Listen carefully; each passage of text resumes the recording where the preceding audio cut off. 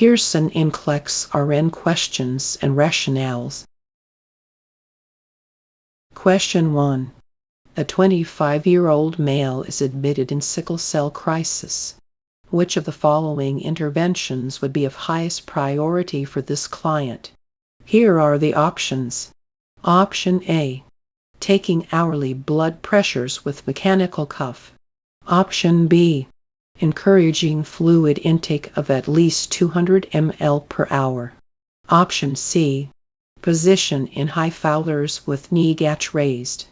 Option D. Administering Tylenol as ordered. The correct answer is option B. Encouraging fluid intake of at least 200 ml per hour. Correct answer: encouraging fluid intake of at least 200 ml per hour. It is important to keep the client in sickle cell crisis hydrated to prevent further sickling of the blood. Question 2. Which of the following foods would the nurse encourage the client in sickle cell crisis to eat? Here are the options. Option A. Peaches. Option B. Cottage cheese. Option C. Popsicle. Option D. Lima beans. The correct answer is option C. Popsicle. Correct answer: popsicle. Hydration is important in the client with sickle cell disease to prevent thrombus formation. Popsicles, gelatin, juice, and pudding have high fluid content. Question 3. A newly admitted client has sickle cell crisis. The nurse is planning care based on assessment of the client. The client is complaining of severe pain in his feet and hands. The pulse oximetry is 92. Which of the following interventions would be implemented first? Here are the options. Option A. Assume that there are orders for each intervention. Option B. Adjust the room temperature. Option C. Give a bolus of Roman 4 fluids. Option D. Start O2 administer meperidine demerol 75 mg Roman 4 push. The correct answer is option D. Start O2 administer meperidine demerol 75 mg Roman 4 push. Correct answer: start O2 administer meperidine demerol 75 mg Roman 4 push. The most prominent clinical manifestation of sickle cell crisis is pain. However, the pulse oximetry indicates that oxygen levels are low, thus, oxygenation takes precedence over pain relief. Question 4. The nurse is instructing a client with iron deficiency anemia. Which of the following meal plans would the nurse expect the client to select? Here are the options. Option A. Roast beef, gelatin salad, green beans, and peach pie. Option B. Chicken salad sandwich, coleslaw, French fries, ice cream. Option C. Egg salad on wheat bread, carrot sticks, lettuce salad, raisin pie. Option D. Pork chop, creamed potatoes, corn, and coconut cake. The correct answer is option C. Egg salad on wheat bread, carrot sticks, lettuce salad, raisin pie. Correct answer: egg salad on wheat bread, carrot sticks, lettuce salad, raisin pie. Egg yolks, wheat bread, carrots, raisins, and green, leafy vegetables are all high in iron, which is an important mineral for this client. Roast beef, cabbage, and pork chops are also high in iron, but the side dishes accompanying these choices are not. Question 5. Clients with sickle cell anemia are taught to avoid activities that cause hypoxia and hypoxemia. Which of the following activities would the nurse recommend? Here are the options. Option A. A family vacation in the Rocky Mountains. Option B. Chaperoning the local boys' club on a snow skiing trip. Option C. Traveling by airplane for business trips. Option D. A bus trip to the Museum of Natural History. The correct answer is option D. A bus trip to the Museum of Natural History. Correct answer: a bus trip to the Museum of Natural History. A family vacation in the Rocky Mountains at high altitudes, cold temperatures, and airplane travel can cause sickling episodes and should be avoided. Question 6. The nurse is conducting an admission assessment of a client with vitamin B12 deficiency. Which of the following would the nurse include in the physical assessment? Here are the options. Option A. Palpate the spleen. Option B. Take the blood pressure. Option C. Examine the feet for petechiae. Option D. Examine the tongue. The correct answer is option D. Examine the tongue. Correct answer: examine the tongue. The tongue is smooth and beefy red in the client with vitamin B12 deficiency, so examining the tongue should be included in the physical assessment. Question 7. An African American female comes to the outpatient clinic. The physician suspects vitamin B12 deficiency anemia.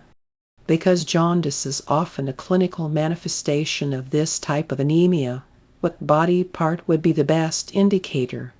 Here are the options. Option A. Conjunctiva of the eye. Option B. Soles of the feet. Option C. Roof of the mouth. Option D. Chin. The correct answer is option C. Roof of the mouth. Correct answer: roof of the mouth. The oral mucosa and hard palate roof of the mouth are the best indicators of jaundice in dark-skinned persons. The conjunctiva can have normal deposits of fat, which give a yellowish hue, thus answer A is incorrect. The soles of the feet can be yellow if they are calloused, making answer B incorrect. The shins would be an area of darker pigment. Question 8. The nurse is conducting a physical assessment on a client with anemia. Which of the following clinical manifestations would be most indicative of the anemia? Here are the options. Option A. BP 146/88 respirations 28 shallow. Option B. Weight gain of 10 pounds in 6 months. Option C. Pink complexion. The correct answer is option A. BP 146/88 respirations 28 shallow. Correct answer: BP 146/88 respirations 28 shallow. When there are fewer red blood cells, there is less hemoglobin and less oxygen. Therefore, the client is often short of breath. Question 9. The nurse is teaching the client with polycythemia vera about prevention of complications of the disease. Which of the following statements by the client indicates a need for further teaching? Here are the options. Option A. I will drink 500 ml of fluid or less each day. Option B. I will wear support hose when I am up. Option C. I will use an electric razor for shaving. Option D. I will eat foods low in iron. The correct answer is option A. I will drink 500 ml of fluid or less each day. Correct answer: I will drink 500 ml of fluid or less each day. The client with polycythemia vera is at risk for thrombus formation.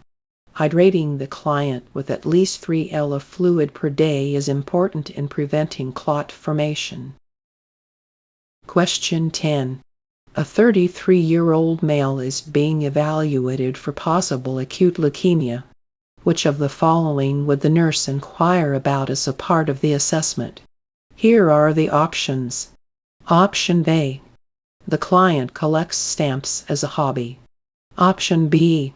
The client recently lost his job as a postal worker. Option C. The client had radiation for treatment of Hodgkin's disease as a teenager. Option D. The client's brother had leukemia as a child. The correct answer is option C. The client had radiation for treatment of Hodgkin's disease as a teenager. Correct answer: the client had radiation for treatment of Hodgkin's disease as a teenager. Radiation treatment for other types of cancer can result in leukemia. Some hobbies and occupations involving chemicals are linked to leukemia, but not the ones in these answers. Therefore, answers A and B are incorrect. Answer D is incorrect because the incidence of leukemia is higher in twins than in siblings. Question 11. An African American client is admitted with acute leukemia. The nurse is assessing for signs and symptoms of bleeding. Where is the best site for examining for the presence of petechiae? Here are the options. Option A. The abdomen. Option B. The thorax. Option C. The earlobes. Option D. The soles of the feet. The correct answer is option D. The soles of the feet. Correct answer: the soles of the feet. Petechiae are not usually visualized on dark skin. The soles of the feet and palms of the hand provide a lighter surface for assessing the client for petechiae. Question 12. A client with acute leukemia is admitted to the oncology unit. Which of the following would be most important for the nurse to inquire? Here are the options. Option A. Have you noticed a change in sleeping habits recently? Option B. Have you had a respiratory infection in the last 6 months? Option C. Have you lost weight recently? Option D. Have you noticed changes in your alertness? The correct answer is option B. Have you had a respiratory infection in the last 6 months? Correct answer: have you had a respiratory infection in the last 6 months? The client with leukemia is at risk for infection and has often had recurrent respiratory infections during the previous 6 months. Somnolence, weight loss, and a decrease in alertness also occur in leukemia, but bleeding tendencies and infections are the primary clinical manifestations. Question 13. Which of the following would be the priority nursing diagnosis for the adult client with acute leukemia? Here are the options. Option A. Oral mucous membrane altered related to chemotherapy. Option B. Risk for injury related to thrombocytopenia. Option C. Fatigue related to the disease process. Option D. Interrupted family processes related to life-threatening illness of a family member. The correct answer is option B. Risk for injury related to thrombocytopenia. Correct answer: risk for injury related to thrombocytopenia. The client with acute leukemia has bleeding tendencies due to decreased platelet counts, and any injury would exacerbate the problem. The client would require close monitoring for hemorrhage, which is of higher priority. Question 14. A 21-year-old male with Hodgkin's lymphoma is a senior at the local university. He is engaged to be married and is to begin a new job upon graduation. Which of the following diagnoses would be a priority for this client? Here are the options. Option A. Sexual dysfunction related to radiation therapy. Option B. Anticipatory grieving related to terminal illness. Option C. Tissue integrity related to prolonged bed rest. Option D. Fatigue related to chemotherapy. The correct answer is option A. Sexual dysfunction related to radiation therapy. Correct answer: sexual dysfunction related to radiation therapy. Radiation therapy often causes sterility in male clients and would be of primary importance to this client. The psychosocial needs of the client are important to address in light of the age and life choices. Hodgkin's disease, however, has a good prognosis when diagnosed early. Question 15. A client has autoimmune thrombocytopenic purpura. To determine the client's response to treatment, the nurse would monitor. Here are the options. Option A. Platelet count. Option B. White blood cell count. Option C. Potassium levels. Option D. Partial prothrombin time PTT. The correct answer is option A. Platelet count. Correct answer: platelet count. Clients with autoimmune thrombocytopenic purpura ATP have low platelet counts, making answer the correct answer. White cell counts, potassium levels, and PTT are not affected in ATP. Question 16. The home health nurse is visiting a client with autoimmune thrombocytopenic purpura ATP. The client's platelet count currently is 80. It will be most important to teach the client and family about. Here are the options. Option A. Bleeding precautions. Option B. Prevention of falls. Option C. Oxygen therapy. Option D. Conservation of energy. The correct answer is option A. Bleeding precautions. Correct answer: bleeding precautions. The normal platelet count is 120,000-400. Bleeding occurs in clients with low platelets. The priority is to prevent and minimize bleeding. Question 17. A client with a pituitary tumor has had a transsphenoidal hypophysectomy. Which of the following interventions would be appropriate for this client? Here are the options. Option A. Place the client in Trendelenburg position for postural drainage. Option B. Encourage coughing and deep breathing every 2 hours. Option C. Elevate the head of the bed 30 degrees. Option D. Encourage the Valsalva maneuver for bowel movements. The correct answer is option C. Elevate the head of the bed 30 degrees. Correct answer: elevate the head of the bed 30 degrees. Elevating the head of the bed 30 degrees avoids pressure on the sella turcica and alleviates headaches. Answers A, B, and D are incorrect because Trendelenburg, Valsalva maneuver, and coughing all increase the intracranial pressure. Question 18. The client with a history of diabetes insipidus is admitted with polyuria, polydipsia, and mental confusion. The priority intervention for this client is. Here are the options. Option A. Measure the urinary output. Option B.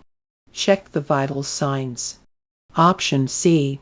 Encourage increased fluid intake. Option D. Weigh the client. The correct answer is option B. Check the vital signs. Correct answer: check the vital signs. The large amount of fluid loss can cause fluid and electrolyte imbalance that should be corrected. The loss of electrolytes would be reflected in the vital signs. Measuring the urinary output is important, but the STEM already says that the client has polyuria, so answer is incorrect. Encouraging fluid intake will not correct the problem, making answer C incorrect. Question 19. A client with hemophilia has a nosebleed. Which nursing action is most appropriate to control the bleeding? Here are the options. Option A. Place the client in a sitting position with the head hyperextended. Option B. Pack the nares tightly with gauze to apply pressure to the source of bleeding. Option C. Pinch the soft lower part of the nose for a minimum of 5 minutes. Option D. Apply ice packs to the forehead and back of the neck. The correct answer is option C. Pinch the soft lower part of the nose for a minimum of 5 minutes. Correct answer: pinch the soft lower part of the nose for a minimum of 5 minutes. The client should be positioned upright and leaning forward to prevent aspiration of blood. Answers A, B, and D are incorrect because direct pressure to the nose stops the bleeding, and ice packs should be applied directly to the nose as well. If a pack is necessary, the nares are loosely packed. Question 20. A client has had a unilateral adrenalectomy to remove a tumor. To prevent complications, the most important measurement in the immediate post-operative period for the nurse to take is here are the options. Option A, blood pressure. Option B, temperature. Option C, AVID. Option D, specific gravity. The correct answer is option A, blood pressure. Correct answer: blood pressure. Blood pressure is the best indicator of cardiovascular collapse in the client who has had an adrenal gland removed. The remaining gland might have been suppressed due to the tumor activity. Temperature would be an indicator of infection. Decreased output would be a clinical manifestation but would take longer to occur than blood pressure changes, and specific gravity changes occur with other disorders. Question 21. A client with Addison's disease has been admitted with a history of nausea and vomiting for the past 3 days. The client is receiving Roman 4 glucocorticoids Solomedrol. Which of the following interventions would the nurse implement? Here are the options. Option A, glucometer readings as ordered. Option B, intake/output measurements. Option C, sodium and potassium levels monitored. Option D, daily weights. The correct answer is option A, glucometer readings as ordered. Correct answer: glucometer readings as ordered.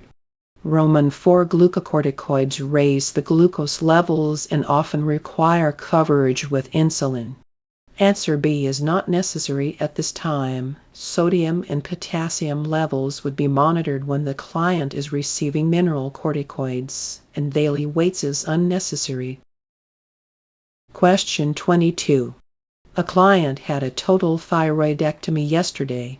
The client is complaining of tingling around the mouth and in the fingers and toes. What would the nurse's next action be? Here are the options. Option A, obtain a crash cart.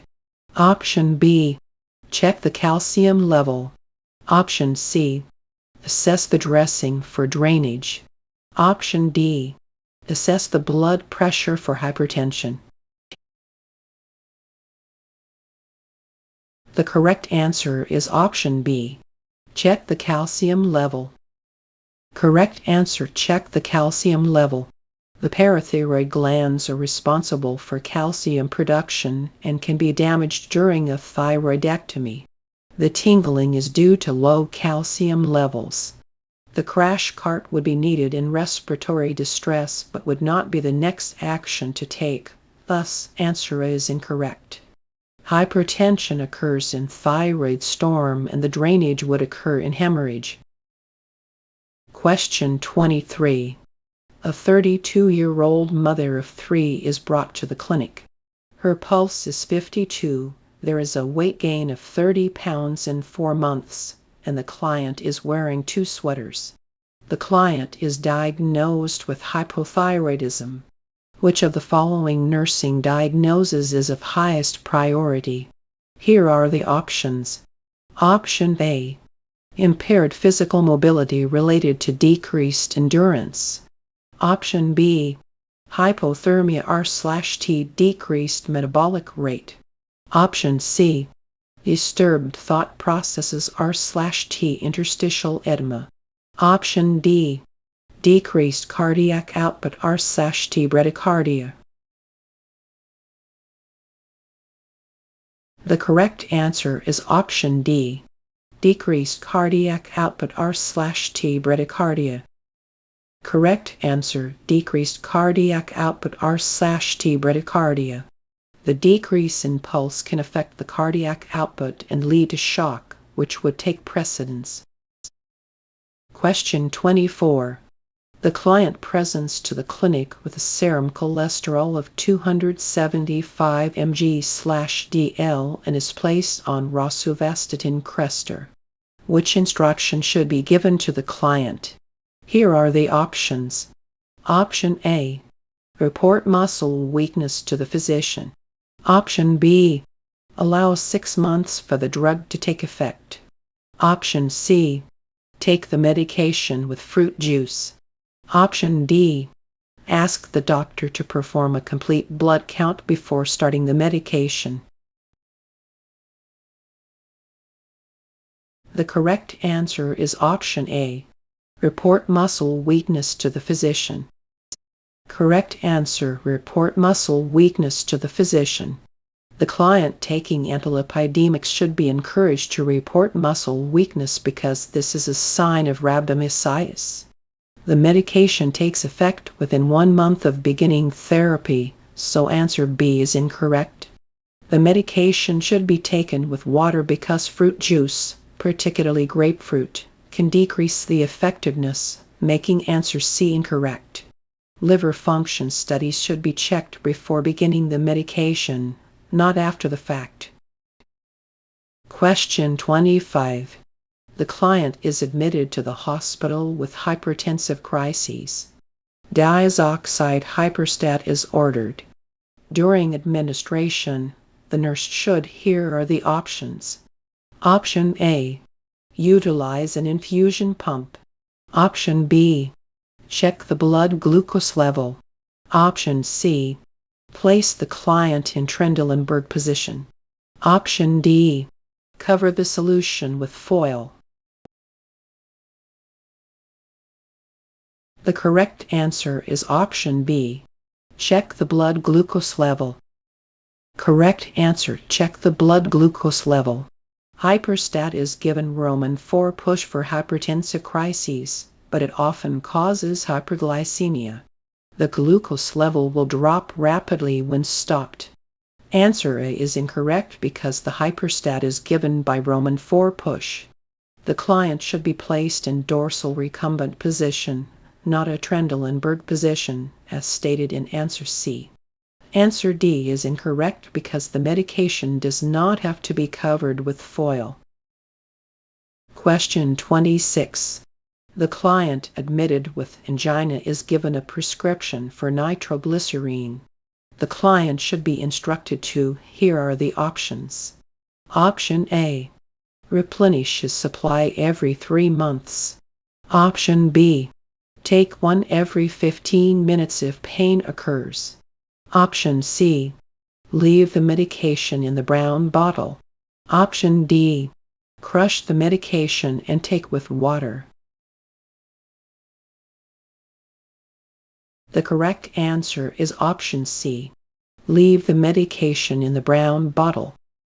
Correct answer, leave the medication in the brown bottle. Nitroglycerine should be kept in a brown bottle or even a special air and watertight, solid or plated silver or gold container because of its instability and tendency to become less potent when exposed to air, light, or water. This supply should be replenished every 6 months, not 3 months, and 1 tablet should be taken every 5 minutes until pain subsides, so answers A and B are incorrect. If the pain does not subside, the client should report to the emergency room. The medication should be taken sublingually and should not be crushed. Question 27. The client is admitted with left-sided congestive heart failure. In assessing the client for edema, the nurse should check here are the options. Option A, lead. Option B, nev. Option C, ans. Option D, sacrum. The correct answer is option B, nev. Correct answer, neck. The jugular veins in the neck should be assessed for distension. The other parts of the body will be edematous in right-sided congestive heart failure, not left-sided. Question 28. The nurse is checking the client's central venous pressure. The nurse should place the 0 of the manometer at here are the options. Option A, phlebistatic axis. Option B, PMI. Option C, Erd's point. Option D, tail of Spence. The correct answer is option A, phlebistatic axis. Correct answer, phlebistatic axis. The phlebistatic axis is located at the 5th intercostal space mid-axillary line and is the correct placement of the manometer. The PMI or point of maximal impulse is located at the 5th intercostal space mid-clavicular line, so answer B is incorrect. Erd's point is the point at which you can hear the valves close simultaneously, making answer C incorrect. The tail of Spence, the upper outer quadrant, is the area where most breast cancers are located and has nothing to do with placement of a manometer. Question 29. The physician orders lisinopril, Zestrol, and furosemide Lasix to be administered concomitantly to the client with hypertension. The nurse should, here are the options. Option A, question the order. Option B, administer the medications. Option C, administer separately. Option D, contact the pharmacy. The correct answer is option B, administer the medications. Correct answer, administer the medications. Zestrol is an ACE inhibitor and is frequently given with a diuretic such as Lasix for hypertension. Question 30. The best method of evaluating the amount of peripheral edema is here are the options. Option A, weighing the client daily. Option B, measuring the extremity. Option C, measuring the intake and output. Option D, checking for pitting.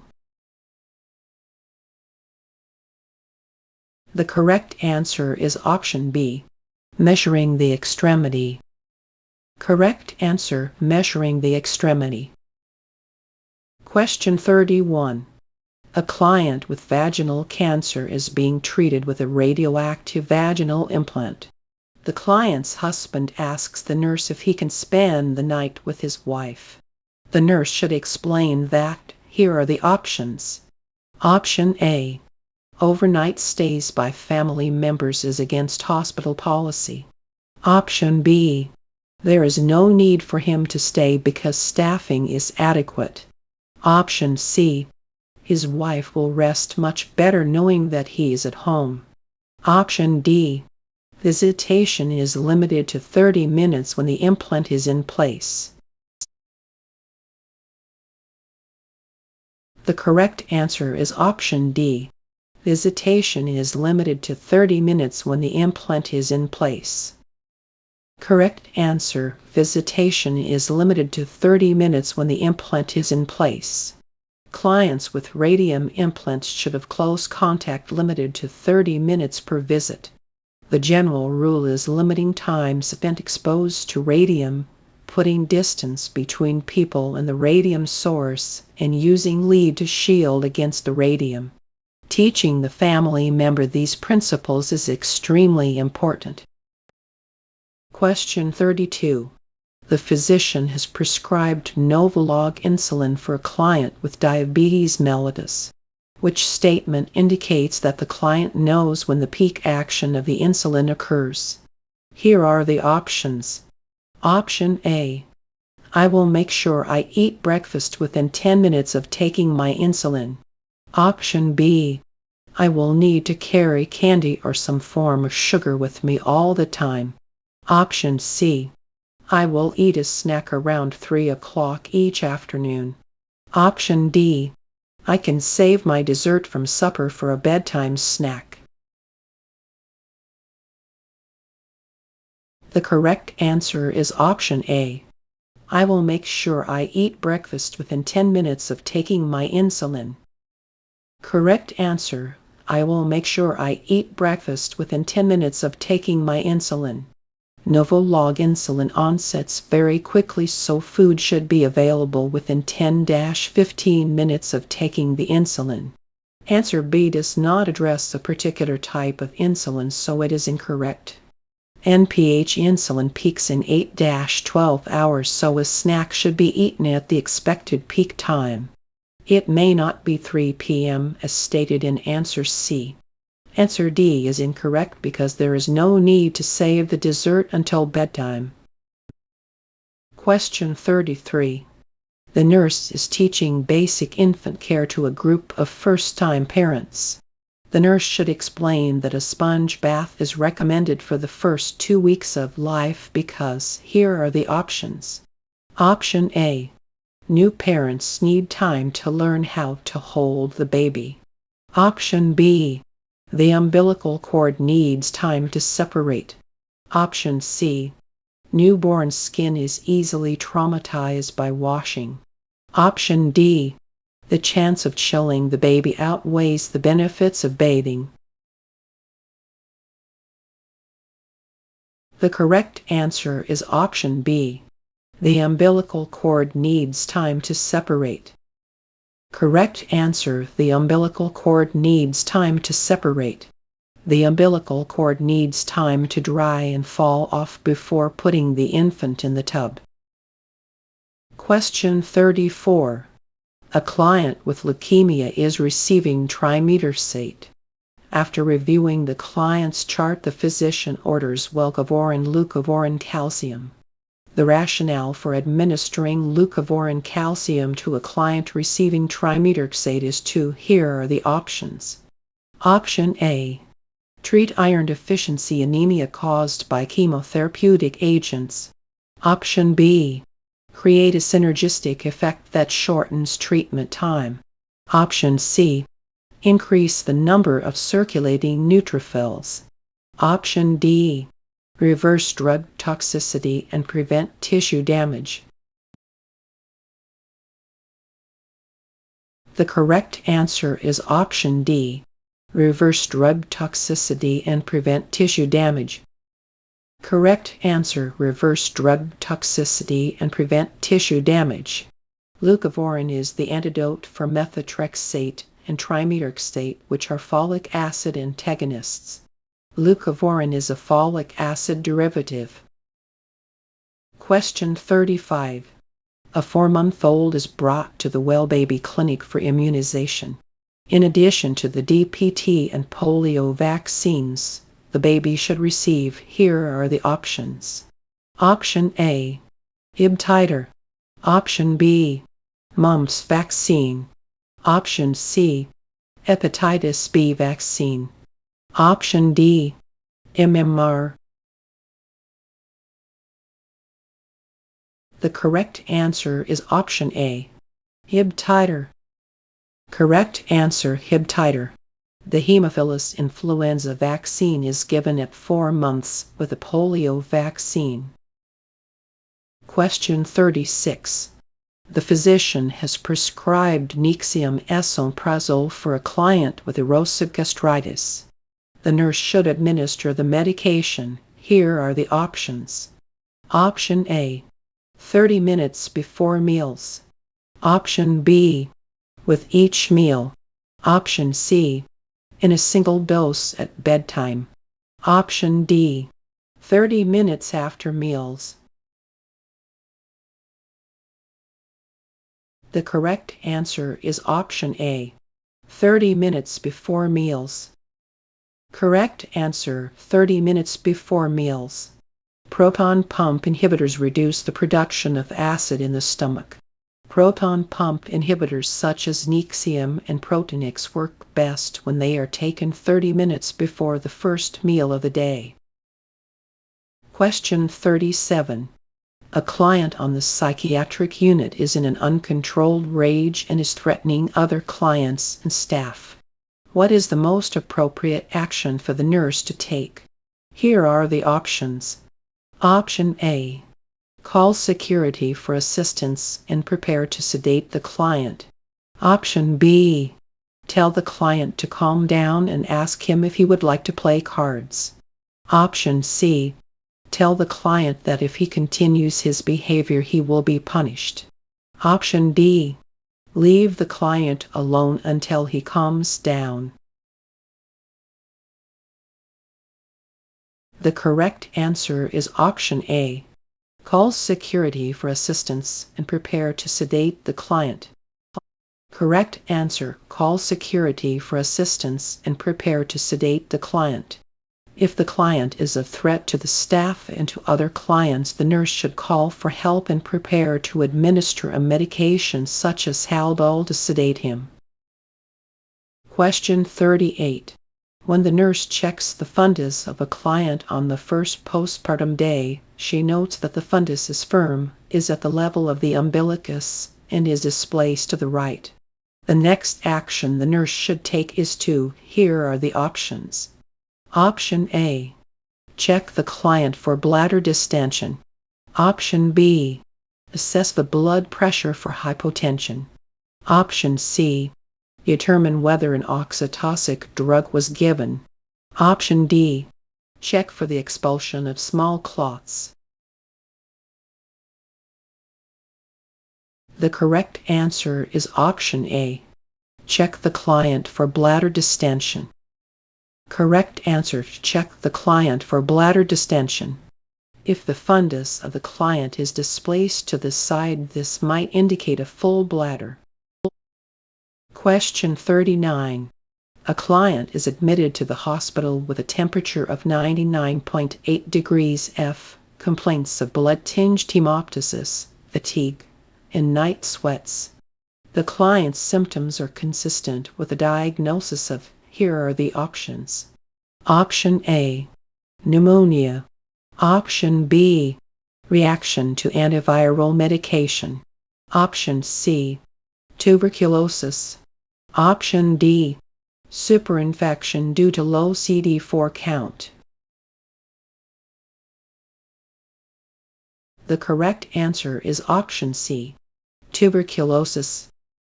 Correct answer, tuberculosis. A low-grade temperature, blood-tinged sputum, fatigue, and night sweats are symptoms consistent with tuberculosis. If the answer had said pneumocystis pneumonia, answer would have been consistent with the symptoms given in the stem, but just saying pneumonia isn't specific enough to diagnose the problem. Question 40.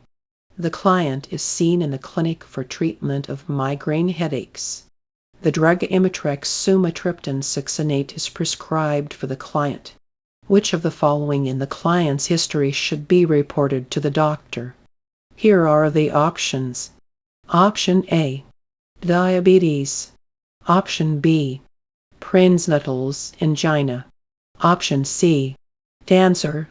Option D, cluster headaches. The correct answer is option B, prenatal angina. Correct answer, prenatal angina. If the client has a history of prenatal angina, he should not be prescribed triptan preparations because they cause vasoconstriction and coronary spasms. There is no contraindication for taking triptan drugs in clients with diabetes, cancer, or cluster headaches. Question 41. The client with suspected meningitis is admitted to the unit. The doctor is performing an assessment to determine meningeal irritation and spinal nerve root inflammation. A positive Kernig's sign is charted if the nurse notes. Here are the options. Option A. Pain on flexion of the hip and knee. Option B. Natural rigidity on flexion of the neck. Option C. Pain when the head is turned to the left side. Option D. Dizziness when changing positions. The correct answer is option A. Pain on flexion of the hip and knee. Correct answer: pain on flexion of the hip and knee. Kernig's sign is positive if pain occurs on flexion of the hip and knee. The Brzezinski reflex is positive if pain occurs on flexion of the head and neck onto the chest. Question 42. The client with Alzheimer's disease is being assisted with activities of daily living when the nurse notes that the client uses her toothbrush to brush her hair. The nurse is aware that the client is exhibiting. Here are the options. Option A. Anosmia. Option B. Apraxia. Option C. Anomia. Option D. Aphasia. The correct answer is option B. Apraxia. Correct answer: apraxia is the inability to use objects appropriately, is loss of sensory comprehension. Question 43. The doctor has prescribed for the client with Alzheimer's disease. Which side effect is most often associated with this drug? Here are the options. Option A. Nausea. The correct answer is option A. Nausea. Correct answer: nausea. Nausea and gastrointestinal upset are very common in clients taking acetylcholinesterase inhibitors such as Exelin. Other side effects include liver toxicity, dizziness, unsteadiness, and clumsiness. The client might already be experiencing urinary incontinence or headaches, but they are not necessarily associated, and the client with Alzheimer's disease is already confused. Question 44. A client is admitted to the labor and delivery unit in active labor. During examination, the nurse notes a papular lesion on the perineum. Which initial action is most appropriate? Here are the options. Option A. Document the finding. Option B. Report the finding to the doctor. Option C. Prepare the client for a C-section. Option D. Continue primary care as prescribed. The correct answer is option B. Report the finding to the doctor. Correct answer: report the finding to the doctor. Any lesion should be reported to the doctor. This can indicate a herpes lesion.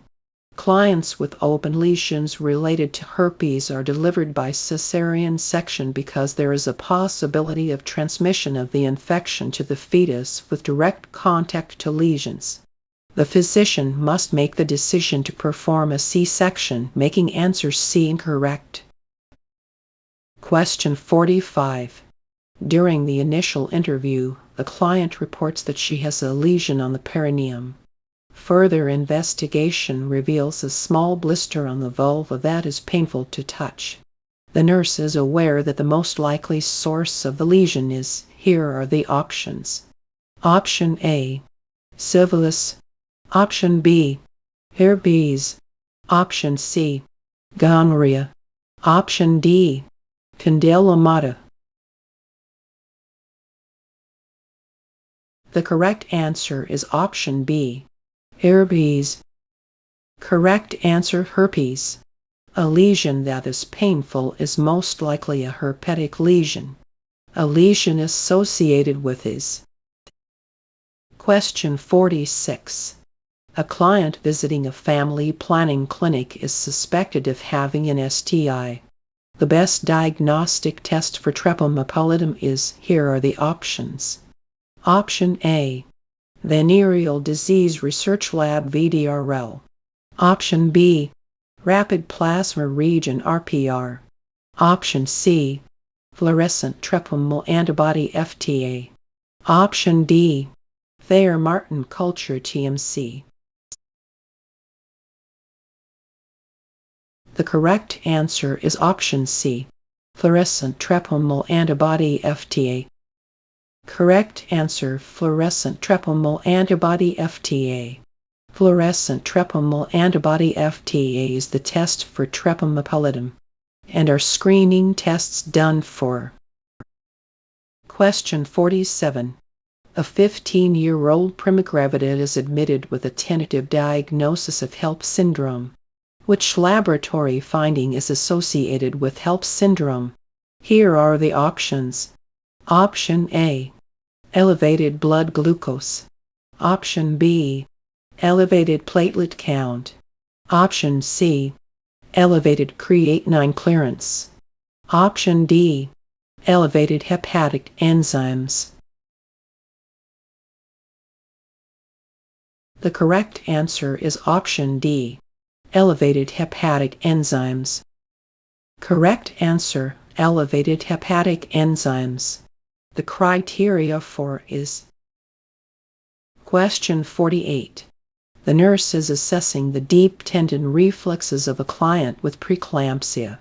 Which method is used to elicit the biceps reflex? Here are the options. Option A. The nurse places her thumb on the muscle inset in the antecubital space and taps the thumb briskly with the reflex hammer. Option B. The nurse loosely suspends the client's arm in an open hand while tapping the back of the client's elbow. Option C.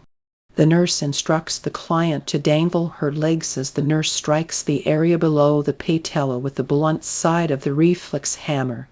Option D. The nurse instructs the client to place her arms loosely at her side as the nurse strikes the muscle insert just above the wrist.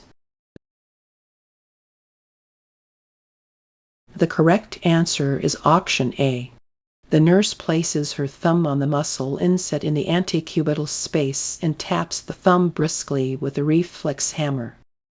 Correct answer: the nurse places her thumb on the muscle inset in the antecubital space and taps the thumb briskly with the reflex hammer. The nurse loosely suspends the client's arm in an open hand while tapping the back of the client's elbow elicits the. Question 49. A primigravida with diabetes is admitted to the labor and delivery unit at 34 weeks gestation. Which doctor's order should the nurse question?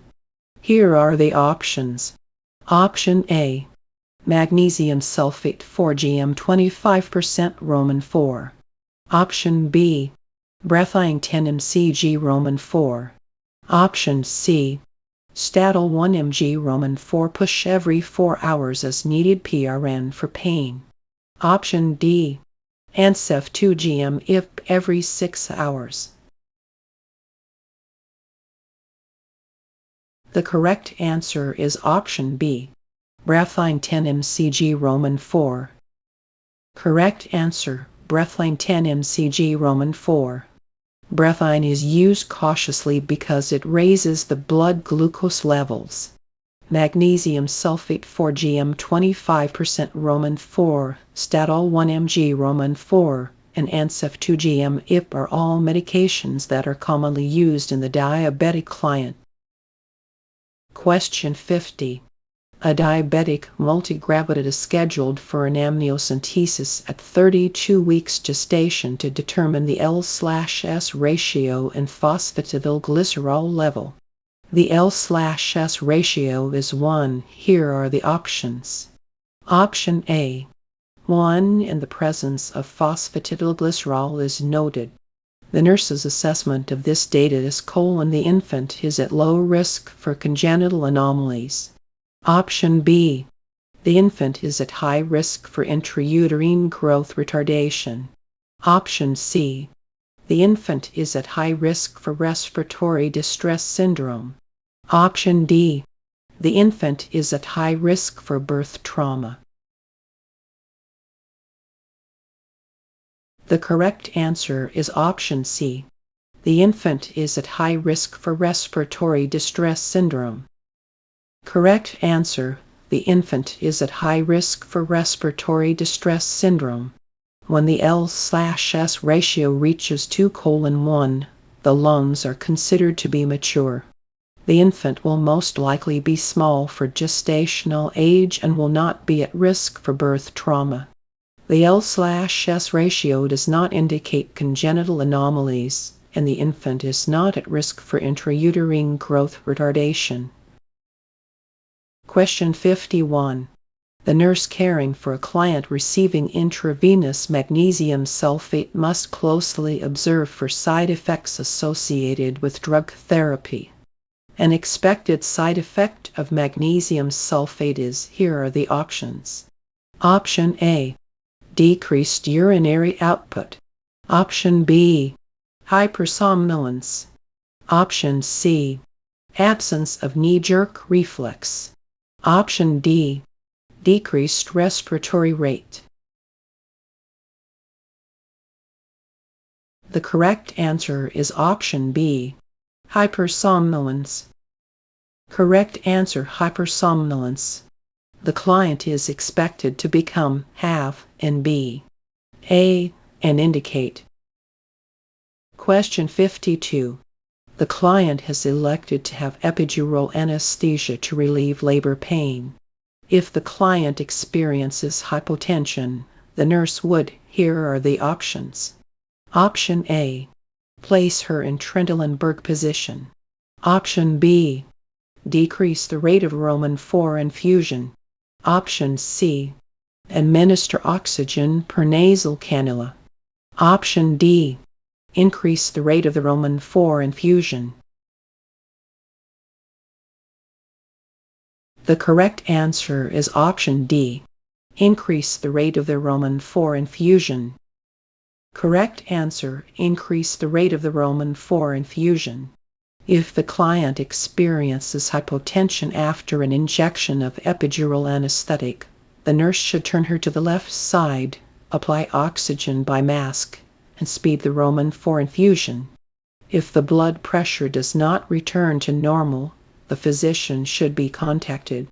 Epinephrine should be kept for emergency administration. Answer: it is incorrect because placing the client in Trendelenburg position head down will allow the anesthesia to move up above the respiratory center, thereby decreasing the diaphragm's ability to move up and down and ventilate the client. The Roman IV rate should be increased, not decreased. In administering oxygen, the oxygen should be applied by mask, not cannula.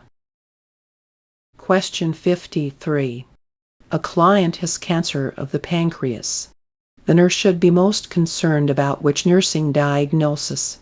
Here are the options. Option A. Alteration in nutrition.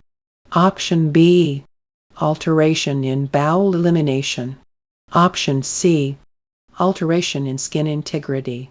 Option D. Effective individual coping. The correct answer is option A. Alteration in nutrition. Correct answer: alteration in nutrition. Cancer of the pancreas frequently leads to severe nausea and vomiting and altered nutrition. Question 54. The nurse is caring for a client with ascites. Which is the best method to use for determining early ascites? Here are the options. Option A. Inspection of the abdomen for enlargement. Option B. Bimanual palpation for hepatomegaly. Option C. Daily measurement of abdominal girth. Option D. Assessment for a fluid wave. The correct answer is option C. Daily measurement of abdominal girth. Correct answer: daily measurement of abdominal girth. Question 55. The client arrives in the emergency department after a motor vehicle accident. Nursing assessment findings include BP 80/34, pulse rate 120, and respirations 20. Which is the client's most appropriate priority nursing diagnosis? Here are the options. Option A: alteration in cerebral tissue perfusion. Option B: fluid volume deficit. Option C: ineffective airway clearance. Option D: alteration in sensory perception. The correct answer is option B: fluid volume deficit. Correct answer: fluid volume deficit. Question 56.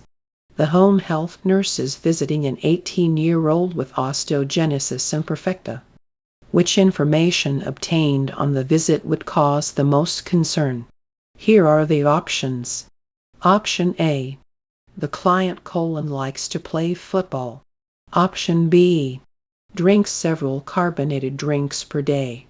Option C: has two sisters with sickle cell trait. Option D: is taking acetaminophen to control pain. The correct answer is option A: the client likes to play football. Correct answer: the client likes to play football. The client with osteogenesis imperfecta is at risk for pathological fractures and is likely to experience these fractures if he participates in contact sports. The client might experience symptoms of hypoxia if he becomes dehydrated or deoxygenated. Extreme exercise, especially in warm weather, can exacerbate the condition. Question 57. The nurse working the organ transplant unit is caring for a client with a white blood cell count of during evening visitation. A visitor brings a basket of fruit. What action should the nurse take? Here are the options. Option A: allow the client to keep the fruit. Option B: place the fruit next to the bed for easy access by the client. Option C: offer to wash the fruit for the client.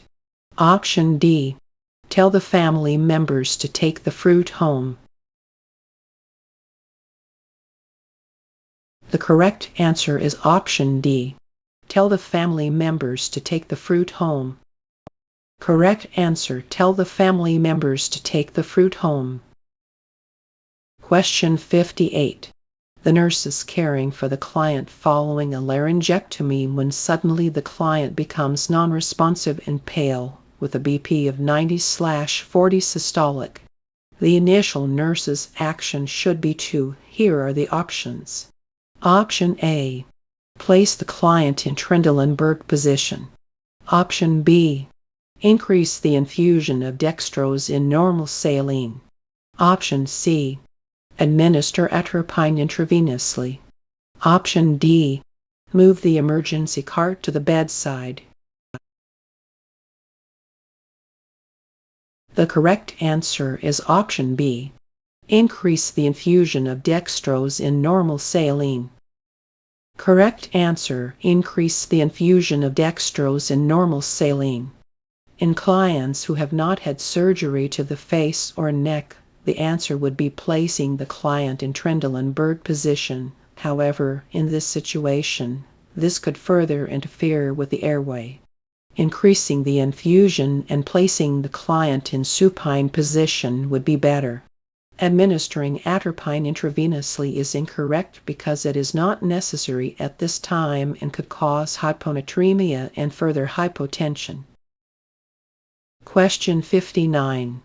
A client being treated with sodium warfarin has a prot time of 120 seconds.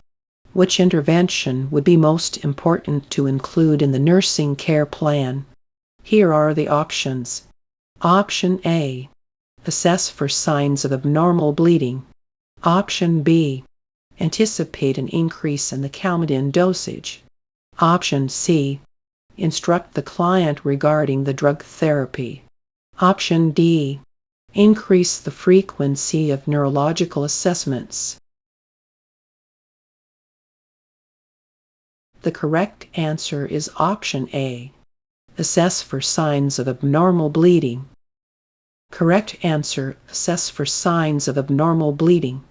The normal prot time is 12-20 seconds. A prot time of 120 seconds indicates an extremely prolonged prot time and can result in a spontaneous bleeding episode. Question 60. The client with preeclampsia is admitted to the unit with an order for magnesium sulfate. Which action by the nurse indicates understanding of the possible side effects of magnesium sulfate? Here are the options. Option A. The nurse places a sign over the bed not to check blood pressure in the right arm. Option B. The nurse places a padded tongue blade at the bedside. Option C. The nurse inserts a Foley catheter. Option D. The nurse darkens the room. The correct answer is option C. The nurse inserts a Foley catheter. Correct answer: the nurse inserts a Foley catheter. The client receiving magnesium sulfate should have a Foley catheter in place, and hourly intake and output should be checked. Question 61. A 6-year-old client is admitted to the unit with a hemoglobin of 6G/DL. The physician has written an order to transfuse 2 units of whole blood. When discussing the treatment, the child's mother tells the nurse that she does not believe in having blood transfusions and that she will not allow her child to have the treatment. What nursing action is most appropriate? Here are the options. Option A. Ask the mother to leave while the blood transfusion is in progress. Option B. Encourage the mother to reconsider. Option C. Explain the consequences without treatment. Option D. Notify the physician of the mother's refusal. The correct answer is option D. Notify the physician of the mother's refusal. Correct answer: notify the physician of the mother's refusal. If the client's mother refuses the blood transfusion, the doctor should be notified. Because the client is a minor, the court might order treatment. Question 62. A client is admitted to the unit 2 hours after an explosion causes burns to the face. The nurse would be most concerned with the client developing which of the following? Here are the options. Option A. Hypovolemia. Option B. Laryngeal edema. Option C. Hypernatremia. Option D. Hyperkalemia. The correct answer is option B. Laryngeal edema. Correct answer: laryngeal edema. The nurse should be most concerned with laryngeal edema because of the area of burn. The next priority should be answer A, as well as hyponatremia and hypokalemia. Question 63. The nurse is evaluating nutritional outcomes for an elderly client with bulimia. Which data best indicates that the plan of care is effective? Here are the options. Option A. The client selects a balanced diet from the menu. Option B. The client's hemoglobin and hematocrit improve. Option C. The client's tissue turgor improves. Option D. The client gains weight. The correct answer is option D. The client gains weight. Correct answer: the client gains weight. Question 64. The client is admitted following repair of a fractured tibia and cast application. Which nursing assessment should be reported to the doctor? Here are the options. Option A. Pain beneath the cast. Option B. warmer toes. Option C, pedal pulses weak and rapid. Option D, paresthesia of the toes. The correct answer is option D, paresthesia of the toes. Correct answer, paresthesia of the toes. At this time, pain beneath the cast is normal. The client's toes should be warm to the touch, and pulses should be present. Paresthesia is not normal and might indicate compartment syndrome. Question 65. The client is having an arteriogram. During the procedure, the client tells the nurse, "I'm feeling really hot." Which response would be best? Here are the options. Option A, you are having an allergic reaction. I will get an order for Benadryl. Option B, that feeling of warmth is normal when the dye is injected. Option C, that feeling of warmth indicates that the clots in the coronary vessels are dissolving. Option D, I will tell your doctor and let him explain to you the reason for the hot feeling that you are experiencing. The correct answer is option B. That feeling of warmth is normal when the dye is injected.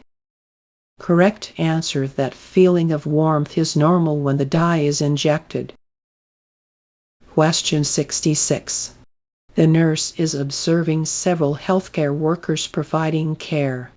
Which action by the healthcare worker indicates a need for further teaching? Here are the options. Option A, the nursing assistant wears gloves while giving the client a bath. Option B, the nurse wears goggles while drawing blood from the client. Option C, the doctor washes his hands before examining the client.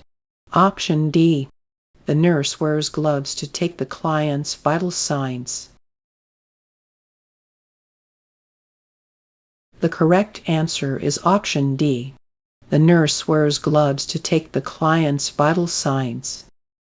Correct answer, the nurse wears gloves to take the client's vital signs. It is not necessary to wear gloves to take the vital signs of the client. If the client has active infection with methicillin-resistant Staphylococcus aureus, gloves should be worn. Question 67. The client is having electroconvulsive therapy for treatment of severe depression. Which of the following indicates that the client's ECT has been effective? Here are the options. Option A, the client loses consciousness. Option B, the client vomits. Option C, the client's ECG indicates tachycardia. Option D, the client has a grand mal seizure. The correct answer is option D. The client has a grand mal seizure. Correct answer, the client has a grand mal seizure. During ECT, the client will have a grand mal seize. This indicates completion of the electroconvulsive therapy. Question 68. The 5-year-old is being tested for enterobiasis pinworms. To collect a specimen for assessment of pinworms, the nurse should teach the mother to. Here are the options. Option A, examine the perianal area with a flashlight 2 or 3 hours after the child is asleep. Option B, scrape the skin with a piece of cardboard and bring it to the clinic. Option C, obtain a stool specimen in the afternoon. Option D, bring a hair sample to the clinic for evaluation. The correct answer is option A.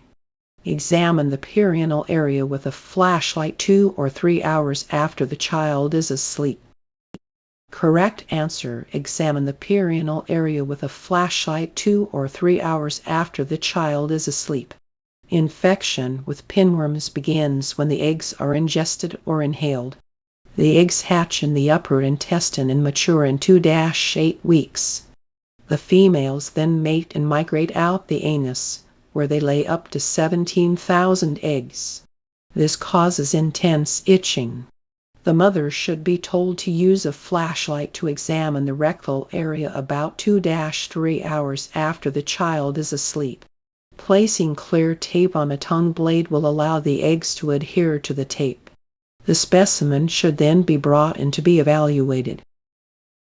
Question 69. The nurse is teaching the mother regarding treatment for enterobiases.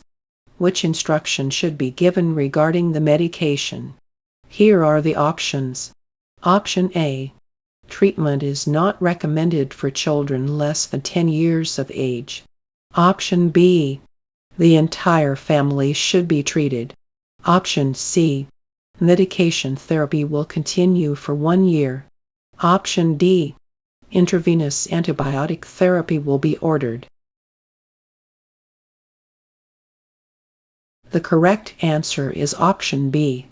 The entire family should be treated. Correct answer: the entire family should be treated. Enterobiases, or pinworms, is treated with Vermox mebendazole or antimyth pyrantyl pamut. The entire family should be treated to ensure that no eggs remain. Because a single treatment is usually sufficient, there is usually good compliance. The family should then be tested again in 2 weeks to ensure that no eggs remain. Question 70. The registered nurse is making assignments for the day. Which client should be assigned to the pregnant nurse? Here are the options. Option A. The client receiving linear accelerator radiation therapy for lung cancer. Option B. The client with a radium implant for cervical cancer. Option C. The client who has just been administered soluble brachytherapy for thyroid cancer. Option D. The client who returned from placement of iridium seeds for prostate cancer. The correct answer is option A. The client receiving linear accelerator radiation therapy for lung cancer. Correct answer: the client receiving linear accelerator radiation therapy for lung cancer. The client and other answer choices pose a risk to the pregnant nurse. These clients are radioactive in very small doses, especially upon returning from the procedures. For approximately 72 hours, the clients should dispose of urine and feces in special containers and use plastic spoons and forks. Question 71. The nurse is planning room assignments for the day. Which client should be assigned to a private room if only one is available? Here are the options. Option A. The client with Cushing's disease. Option B. The client with diabetes. Option C. The client with acromegaly. Option D. The client with myxedema. The correct answer is option A. The client with Cushing's disease. Correct answer: the client with Cushing's disease. Question 72. Which nurse should be assigned to care for the postpartum client with preeclampsia? Here are the options. Option A. The RN with 2 weeks of experience in postpartum. Option B. The RN with 3 years of experience in labor and delivery. Option C. The RN with 10 years of experience in surgery. Option D. The RN with 1 year of experience in the neonatal intensive care unit.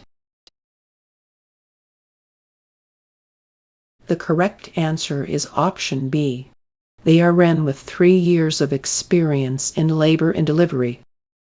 Correct answer: the RN with 3 years of experience in labor and delivery. Question 73. Which information should be reported to the State Board of Nursing? Here are the options. Option A. The facility fails to provide literature in both Spanish and English. Option B. The narcotic count has been incorrect on the unit for the past 3 days. Option C. The client fails to receive an itemized account of his bills and services received during his hospital stay. Option D. The nursing assistant assigned to the client with hepatitis fails to feed the client and give the bath. The correct answer is option B. The narcotic count has been incorrect on the unit for the past 3 days. Correct answer: the narcotic count has been incorrect on the unit for the past 3 days. The Joint Commission on Accreditation of Hospitals will probably be interested in the problems if facility fails to provide literature in both Spanish and English, and if the client fails to receive an itemized account of his bills and services received during his hospital stay. The failure of the nursing assistant to care for the client with hepatitis might result in termination, but is not of interest to the Joint Commission. Question 74. The nurse is suspected of charting medication administration that he did not give. After talking to the nurse, the charged nurse should. Here are the options. Option A. Call the Board of Nursing. Option B. File a formal reprimand. Option C. Terminate the nurse. Option D. Charge the nurse with a tort. The correct answer is option B. File a formal reprimand. Correct answer: file a formal reprimand. Question 75. Which instruction should be given to the client who is fitted for a behind-the-ear hearing aid? Here are the options. Option A. Remove the mold and clean every week. Option B. Store the hearing aid in a warm place. Option C. Clean the lint from the hearing aid with a toothpick. Option D.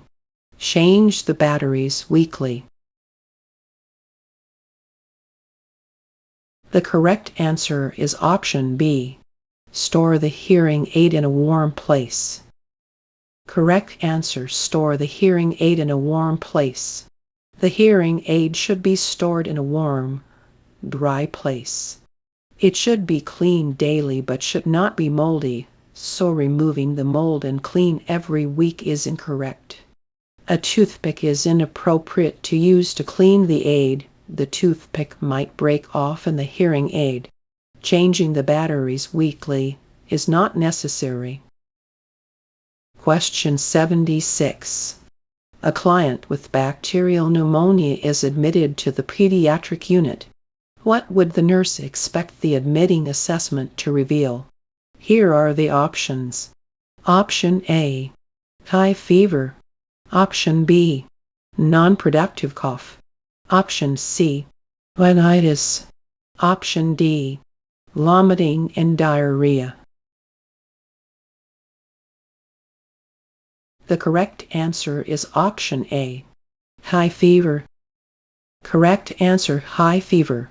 If the child has bacterial pneumonia, a high fever is usually present.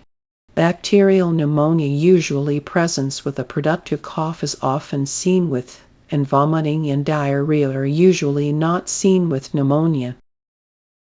Question 77. The nurse is caring for a client admitted with epiglottis. Because of the possibility of complete obstruction of the airway, which of the following should the nurse have available? Here are the options. Option A. Intravenous access supplies. Option B. A tracheostomy set. Option C. Intravenous fluid administration pump. Option D. Supplemental oxygen. The correct answer is option B. A tracheostomy set. Correct answer: a tracheostomy set. Question 78. The nurse is providing dietary instructions to the mother of an 8-year-old child diagnosed with celiac disease. Which of the following foods, if selected by the mother, would indicate her understanding of the dietary instructions. Here are the options. Option A, ham sandwich on whole wheat toast. Option B, spaghetti and meatballs. Option C, hamburger with ketchup. Option D, cheese omelet. The correct answer is option D, cheese omelet. Correct answer, cheese omelet. The child with celiac disease should be on a gluten-free diet. Ham sandwich on whole wheat toast, spaghetti and meatballs, and hamburger with ketchup all contain gluten, while answer cheese omelet gives the only choice of foods that does not contain gluten. Question 79. The graviter Roman 3 para 0 is admitted to the labor and delivery unit. The doctor performs an amniotomy. Which observation would the nurse be expected to make after the amniotomy? Here are the options. Option A, fetal heart tones 160 bpm. Option B, a moderate amount of straw-colored fluid. Option C, a small amount of greenish fluid. Option D, a small segment of the umbilical cord. The correct answer is option B, a moderate amount of straw-colored fluid. Correct answer, a moderate amount of straw-colored fluid. An amniotomy is an artificial rupture of membranes, and normal amniotic fluid is straw-colored and odorless. Fetal heart tones of 160 indicate tachycardia, and greenish fluid is indicative of meconium, so answers A and C are incorrect. If the nurse notes the umbilical cord, the client is experiencing the prolapse core. Question 80. The client is admitted to the unit. A vaginal exam reveals that she is 2 cm dilated. Which of the following statements would the nurse expect her to make? Here are the options. Option A, we have a name picked out for the baby. Option B, I need to push when I have a contraction. Option C, I can't concentrate if anyone is touching me. Option D, when can I get my epidural? The correct answer is option D, when can I get my epidural? Correct answer, when can I get my epidural? C indicates the end of the first stage of labor. Question 81. The client is having fetal heart rates of 90-110 bpm during the contractions. The first action the nurse should take is, here are the options. Option A, reposition the monitor. Option B, turn the client to her left side. Option C, ask the client to ambulate. Option D, prepare the client for delivery. The correct answer is option B, turn the client to her left side. Correct answer, turn the client to her left side. The normal fetal heart rate is 120-160 bpm. 100-110 bpm is bradycardia. The first action would be to turn the client to the left side and apply oxygen. Question 82. In evaluating the effectiveness of Roman 4 pitocin for a client with secondary dystocia, the nurse should expect, here are the options. Option A, a painless delivery. Option B, cervical effacement. Option C, infrequent contractions. Option D, progressive cervical dilation. The correct answer is option D, progressive cervical dilation. Correct answer, progressive cervical dilation. The expected effect of pitocin is cervical dilation. Pitocin causes more intense contractions, which can increase the pain, making answer A incorrect. Cervical effacement is caused by pressure on the presenting part, so answer B is incorrect. Answer C is opposite the action of pitocin. Question 83. A vaginal exam reveals a footling breech presentation. The nurse should take which of the following actions at this time? Here are the options. Option A. Anticipate the need for a cesarean section. Option B. Apply the fetal heart monitor. Option C. Place the client in genupectoral position. Option D. Perform an ultrasound exam. The correct answer is option B. Apply the fetal heart monitor. Correct answer. Apply the fetal heart monitor. No need for genupectoral position knee chest. Question 84.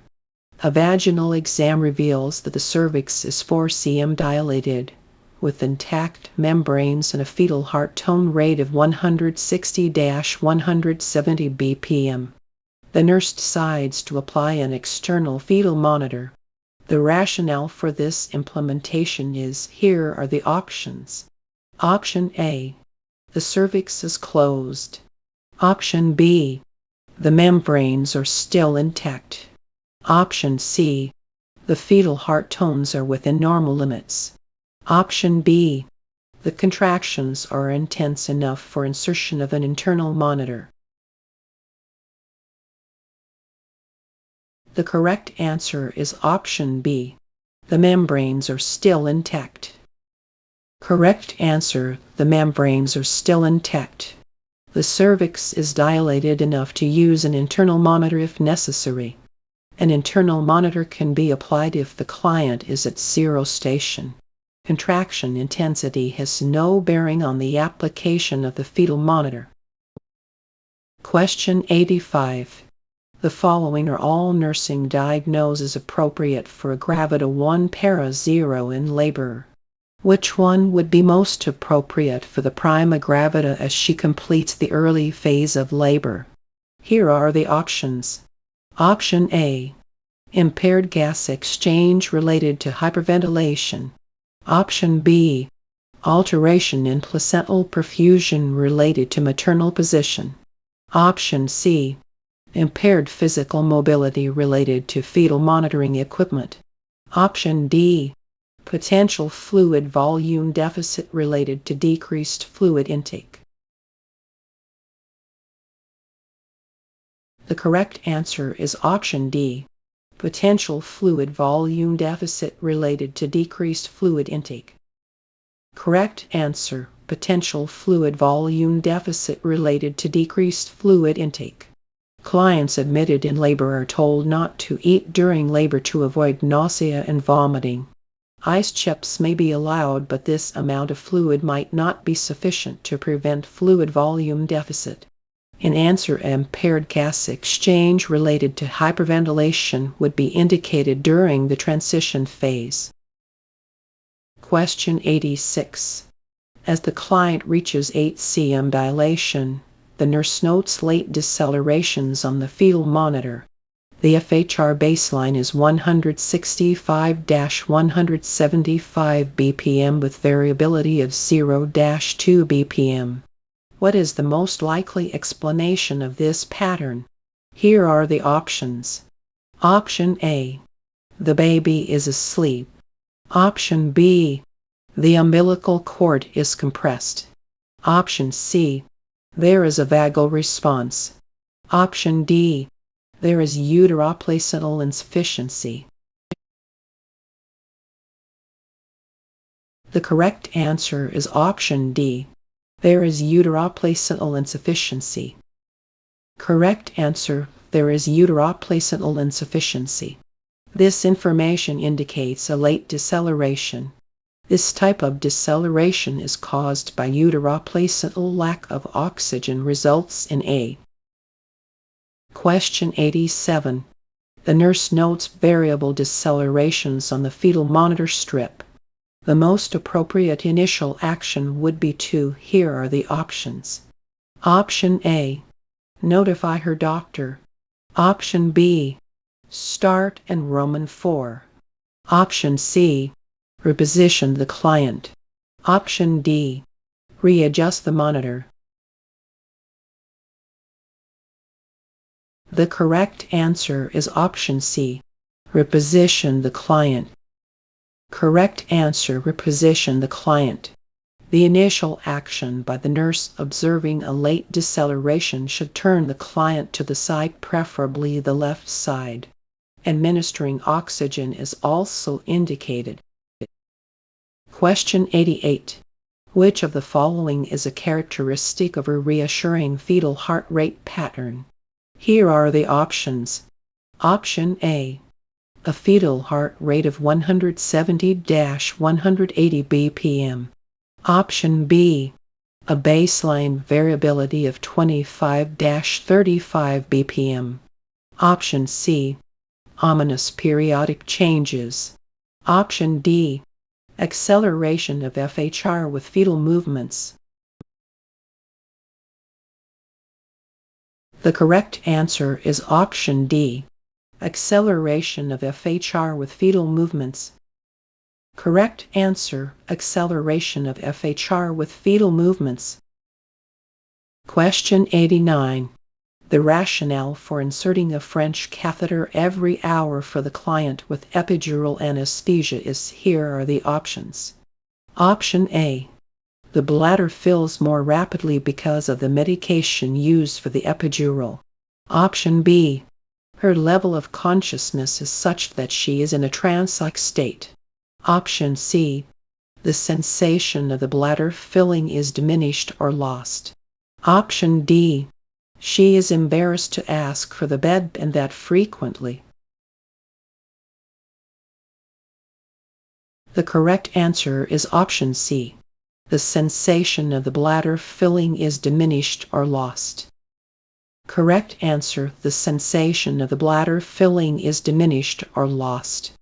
Epidural anesthesia decreases the urge to void and sensation of a full bladder. Question 90. A client in the family planning clinic asks the nurse about the most likely time for her to conceive. The nurse explains that conception is most likely to occur when. Here are the options. Option A, estrogen levels are low. Option B, luteinizing hormone is high. Option C, the endometrial lining is thin. Option D, the progesterone level is low. The correct answer is option B, luteinizing hormone is high. Correct answer, luteinizing hormone is high. Luteinizing hormone released by the pituitary is responsible for ovulation. At about day 14, the continued increase in estrogen stimulates the release of luteinizing hormone from the anterior pituitary. The LH surge is responsible for ovulation or the release of the dominant follicle in preparation for conception, which occurs within the next 10-12 hours after the LH levels peak. Answers A, C, and D are incorrect because estrogen levels are high at the beginning of ovulation. The endometrial lining is thick, not thin, and the progesterone levels are high, not low. Question 91. A client tells the nurse that she plans to use the rhythm method of birth control. The nurse is aware that the success of the rhythm method depends on the. Here are the options. Option A, age of the client. Option B, frequency of intercourse. Option C, regularity of the menses. Option D, range of the client's temperature. The correct answer is option C, regularity of the menses. Correct answer, regularity of the menses. The success of the rhythm method of birth control is dependent on the client's menses being regular. Question 92. A client with diabetes asks the nurse for advice regarding methods of birth control. Which method of birth control is most suitable for the client with diabetes? Here are the options. Option A, intrauterine device. Option B, oral contraceptives. Option C, diaphragm. Option D, contraceptive sponge. The correct answer is option C, diaphragm. Correct answer, diaphragm. The best method of birth control for the client with diabetes is the diaphragm. A permanent intrauterine device can cause a continuing inflammatory response in diabetics that should be avoided. Oral contraceptives tend to elevate blood glucose levels, and contraceptive sponges are not good at preventing pregnancy. Question 93. The doctor suspects that the client has an ectopic pregnancy. Which symptom is consistent with the diagnosis of ectopic pregnancy? Here are the options. Option A, painless vaginal bleeding. Option B, abdominal cramping. Option C, throbbing pain in the upper quadrant. Option D, sudden stabbing pain in the lower quadrant. The correct answer is option D, sudden stabbing pain in the lower quadrant. Correct answer, sudden stabbing pain in the lower quadrant. The signs of an ectopic pregnancy are vague until the fallopian tube ruptures. Question 94. The nurse is caring for a neonate whose mother is diabetic. The nurse will expect the neonate to be, here are the options. Option A, hypoglycemic, small for gestational age. Option B, hyperglycemic, large for gestational age. Option C, hypoglycemic, large for gestational age. Option D, hyperglycemic, small for gestational age. The correct answer is option C, hypoglycemic, large for gestational age. Correct answer, hypoglycemic, large for gestational age. The infant of a diabetic mother is usually large for gestational age. After birth, glucose levels fall rapidly due to the absence of glucose from the mother. Question 95. Which of the following instructions should be included in the nurse's teaching regarding oral contraceptives? Here are the options. Option A, weight gain should be reported to the physician. Option B, an alternate method of birth control is needed when taking antibiotics. Option C, if the client misses one or more pills, 2 pills should be taken per day for 1 week. Option D, changes in the menstrual flow should be reported to the physician. The correct answer is option B. An alternate method of birth control is needed when taking antibiotics. Correct answer, an alternate method of birth control is needed when taking antibiotics. When the client is taking oral contraceptives and begins antibiotics, another method of birth control should be used. Antibiotics decrease the effectiveness of oral contraceptives.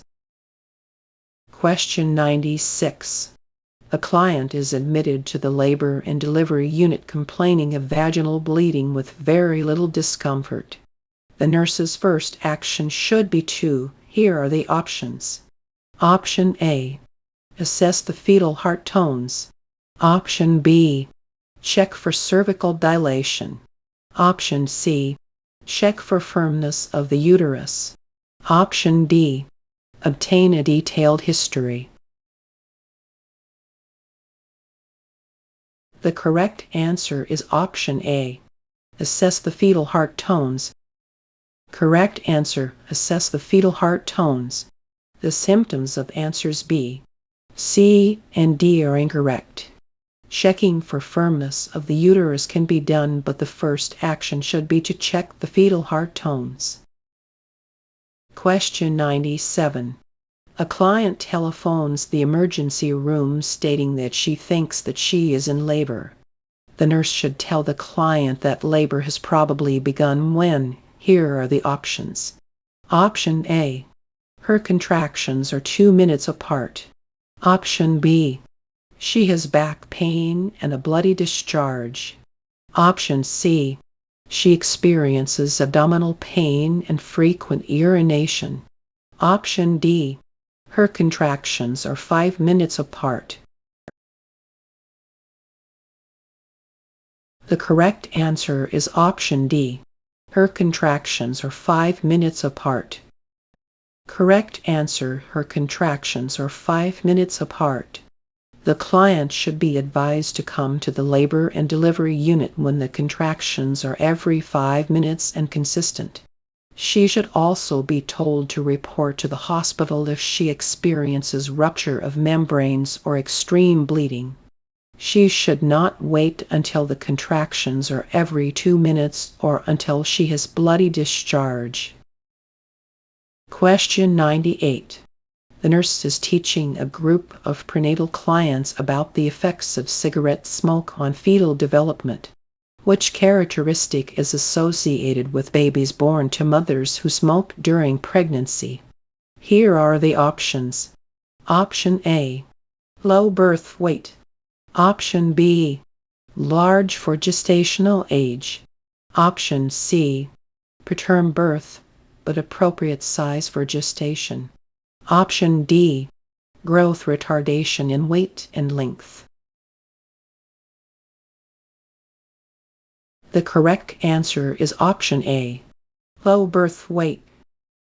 Correct answer. Low birth weight. Infants of mothers who smoke are often low in birth weight. Preterm births are associated with smoking but not with appropriate size for gestation. Question 99. The physician has ordered an injection of RhoGAM for the postpartum client whose blood type is a negative but whose baby is O positive. To provide postpartum prophylaxis, RhoGAM should be administered. Here are the options. Option A. Within 72 hours of delivery. Option B. Within 1 week of delivery. Option C. Within 2 weeks of delivery. Option D. Within 1 month of delivery. The correct answer is option A. Within 72 hours of delivery. Correct answer. Within 72 hours of delivery. RhoGAM can also be given during pregnancy. Question 100. A client is admitted to the labor and delivery unit. The nurse performs a vaginal exam and determines that the client's cervix is 5 cm dilated with 75% effacement. Based on the nurse's assessment, the client is in which phase of labor? Here are the options. Option A. Evu. Option B. Latent. Option C. Transition. Option D. Really? The correct answer is option A. Evu. Correct answer. Active. The active phase of labor occurs when the client is. The phase of labor is from. Question 101. A newborn with narcotic abstinence syndrome is admitted to the nursery. Nursing care of the newborn should include. Here are the options. Option A. Teaching the mother to provide tactile stimulation. Option B. Wrapping the newborn snugly in a blanket. Option C. Placing the newborn in the infant seat. Option D.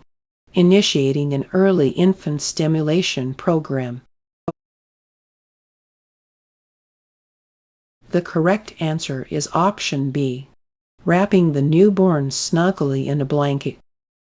Correct answer. Wrapping the newborn snugly in a blanket. Question 102. A client elects to have epidural anesthesia to relieve the discomfort of labor.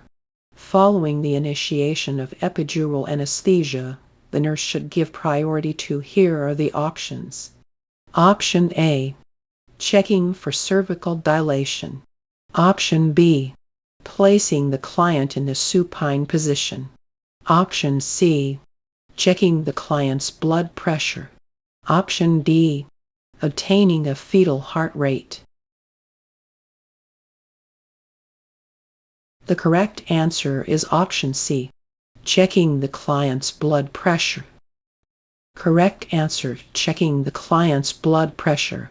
Following epidural anesthesia, the client should be checked for hypotension and signs of shock every 5 minutes for 15 minutes. Fetal heart tones should be assessed after the blood pressure is checked.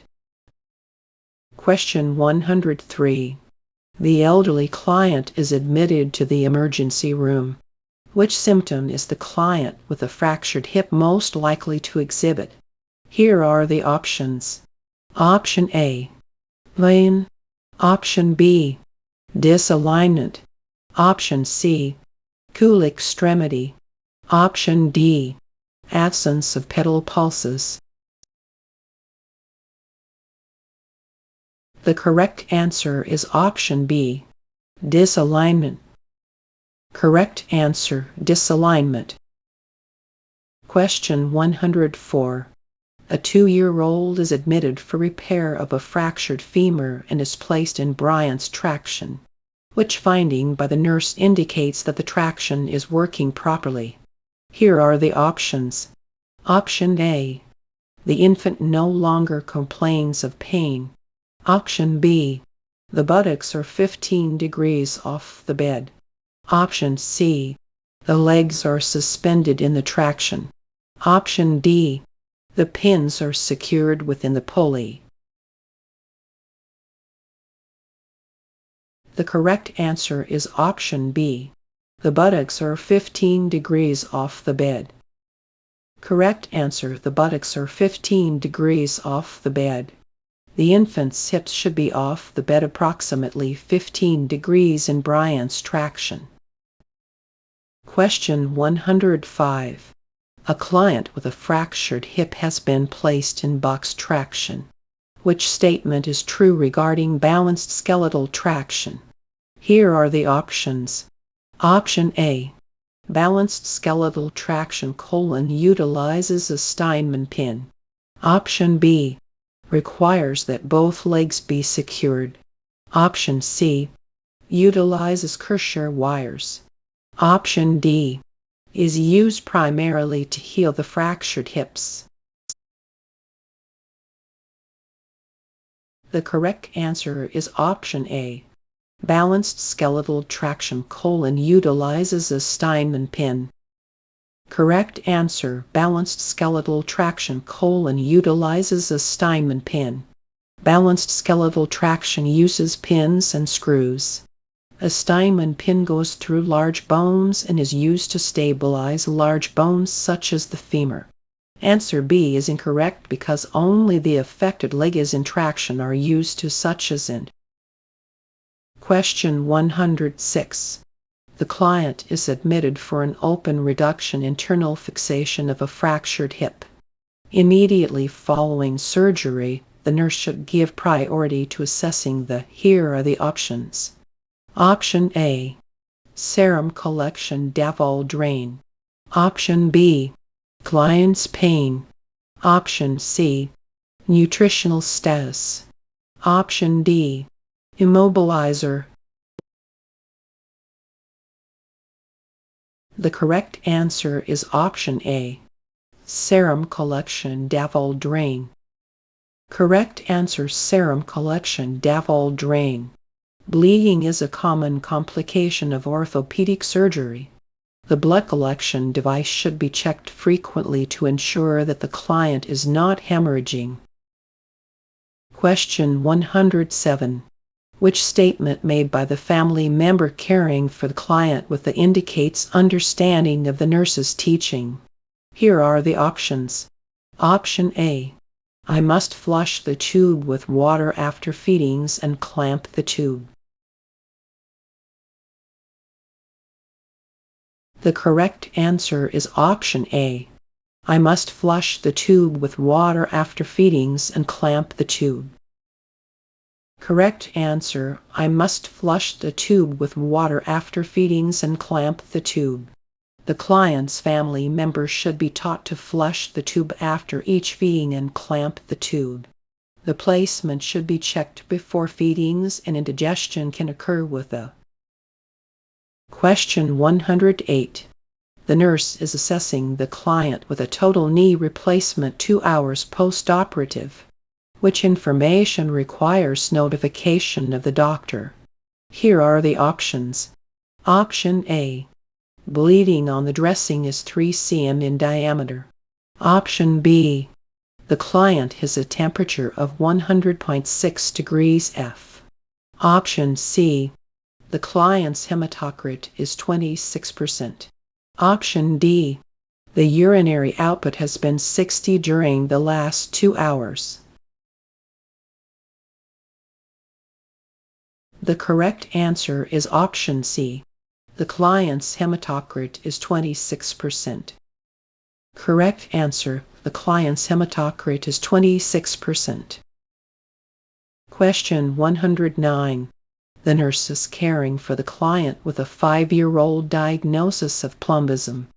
Which information in the health history is most likely related to the development of plumbism? Here are the options. Option A. The client has traveled out of the country in the last 6 months. Option B. The client's parents are skilled stained glass artists. Option C. The client lives in a house built in one. The client has several brothers and sisters. The correct answer is option B. The client's parents are skilled stained glass artists. Correct answer: the client's parents are skilled stained glass artists. Plumbism is one factor associated with the consumption of lead is eating from pottery made in Central America or Mexico that is unfired. The child lives in a dot, and the parents make stained glass as a hobby. Stained glass is put together with lead, which can drop on the work area where the child can consume the lead beads. Question 110. A client with a total hip replacement requires special equipment. Which equipment would assist the client with a total hip replacement with activities of daily living? Here are the options. Option A. High seat commode. Option B. Recliner. Option C. TENS unit. Option D. Abduction pillow. The correct answer is option A. High seat commode. Correct answer: high seat commode. The equipment that can help with activities of daily living is the high seat commode. The hip should be kept higher than the knee. The recliner is good because it prevents 90 degrees flexion but not daily activities. A TENS transcutaneous electrical nerve stimulation unit helps with pain management, and an abduction pillow is used to prevent adduction of the hip and possibly dislocation of the prosthesis. Question 111. An elderly client with an abdominal surgery is admitted to the unit following surgery. In anticipation of complications of anesthesia and narcotic administration, the nurse should. Here are the options. Option A. Administer oxygen via nasal cannula. Option B. Have Narcan naloxone available. Option C. Prepare to administer blood products. Option D. Prepare to do cardioresuscitation. The correct answer is option B. Have Narcan naloxone available. Correct answer: have Narcan naloxone available. Narcan is the antidote for narcotic overdose. If hypoxia occurs, the client should have oxygen administered by mask, not cannula. Question 112. Which roommate would be most suitable for the 60-year-old male with a fractured femur in Russell's traction? Here are the options. Option A. 16-year-old female with scoliosis. Option B. 12-year-old male with a fractured femur. Option C, 10-year-old male with sarcoma. Option D, 6-year-old male with osteomyelitis. The correct answer is option B, 12-year-old male with a fractured femur. Correct answer, 12-year-old male with a fractured femur. Question 113. A client with osteoarthritis has a prescription for Celebrex celecoxib. Which instruction should be included in the discharge teaching? Here are the options. Option A, take the medication with milk. Option B, report chest pain. Option C, remain upright after taking for 30 minutes. Option D, allow 6 weeks for optimal effects. The correct answer is option B, report chest pain. Correct answer, report chest pain. COX-Roman 2 inhibitors have been associated with heart attacks and strokes. Any changes in cardiac status or signs of a stroke should be reported immediately, along with any changes in bowel or bladder habits, because bleeding has been linked to use of COX-Roman 2 inhibitors. Question 114. A client with a fractured tibia has a plaster of Paris cast applied to immobilize the fracture. Which action by the nurse indicates understanding of a plaster of Paris cast? Here are the options. Option A, the nurse handles the cast with the fingertips. Option B, pedals the cast. Option C, dries the cast with a hair dryer. Option D, allows 24 hours before bearing weight. The correct answer is option D, allows 24 hours before bearing weight. Correct answer, allows 24 hours before bearing weight. A plaster of Paris cast takes 24 hours to dry, and the client should not bear weight for 24 hours. The cast should be handled with the palms, not the fingertips, so answer A is incorrect. Head-ailing a cast is covering the end of the cast with cast batting or a sock to prevent skin irritation and flaking of the skin under the cast, making answer B incorrect. The client should be told not to dry the cast with a hair dryer because this causes hot spots and could burn the client. This also causes unequal drying. Question 115. The teenager with a fiberglass cast asks the nurse if it will be okay to allow his friends to autograph his cast. Which response would be best? Here are the options. Option A, it will be all right for your friends to autograph the cast. Option B, because the cast is made of plaster, autographing can weaken the cast. Option C, if they don't use chalk to autograph, it is okay. Option D, autographing or writing on the cast in any form will harm the cast. The correct answer is option A. It will be all right for your friends to autograph the cast. Correct answer, it will be all right for your friends to autograph the cast. Question 116. The nurse is assigned to care for the client with a Steinman pin. During pin care, she notes that the LPN uses sterile gloves and Q-tips to clean the pin. Which action should the nurse take at this time? Here are the options. Option A, assisting the LPN with opening sterile packages and peroxide. Option B, telling the LPN that clean gloves are allowed. Option C, telling the LPN that the registered nurse should perform pin care. Option D, asking the LPN to clean the weights and pulleys with peroxide. The correct answer is option A, assisting the LPN with opening sterile packages and peroxide. Correct answer: assisting the LPN with opening sterile packages and peroxide. The nurse is performing the pin care correctly when she uses sterile gloves and Q-tips. A licensed practical nurse can perform pin care. There is no need to clean the weights, and the nurse can help with opening the packages, but it isn't required. Question 117. A child with scoliosis has a speak cast applied.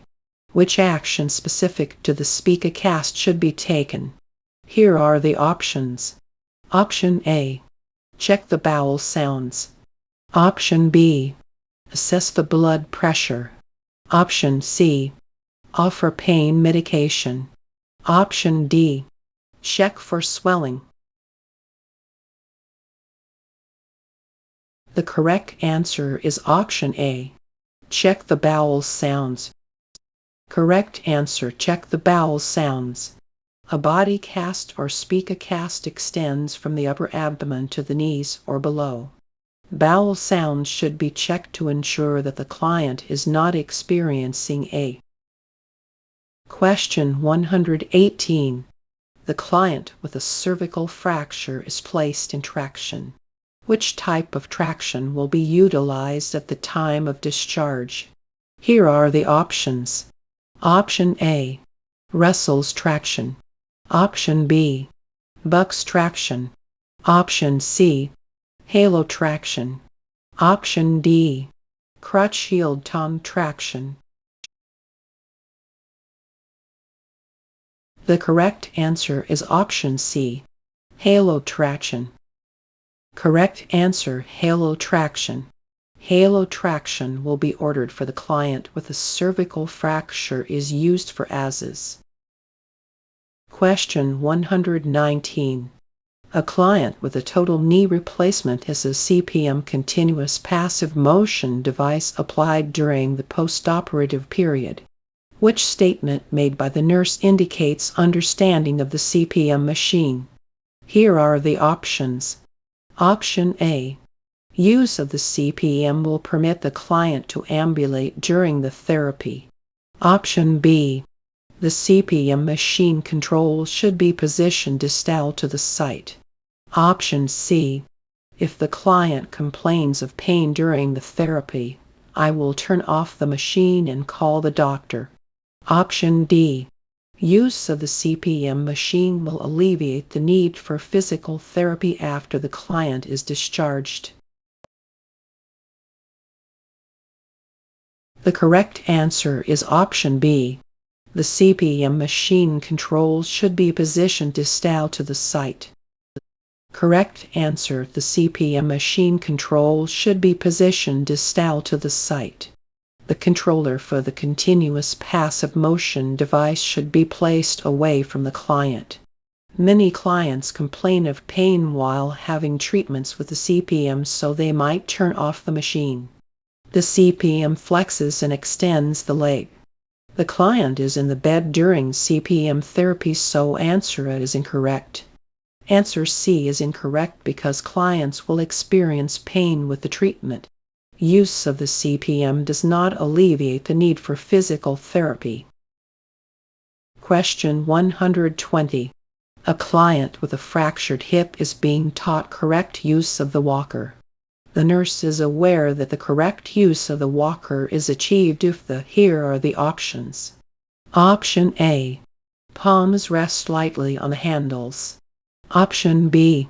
Elbows are flexed 0 degrees. Option C. Client walks to the front of the walker. Option D. Client carries the walker. The correct answer is option A. Palms rest lightly on the handles.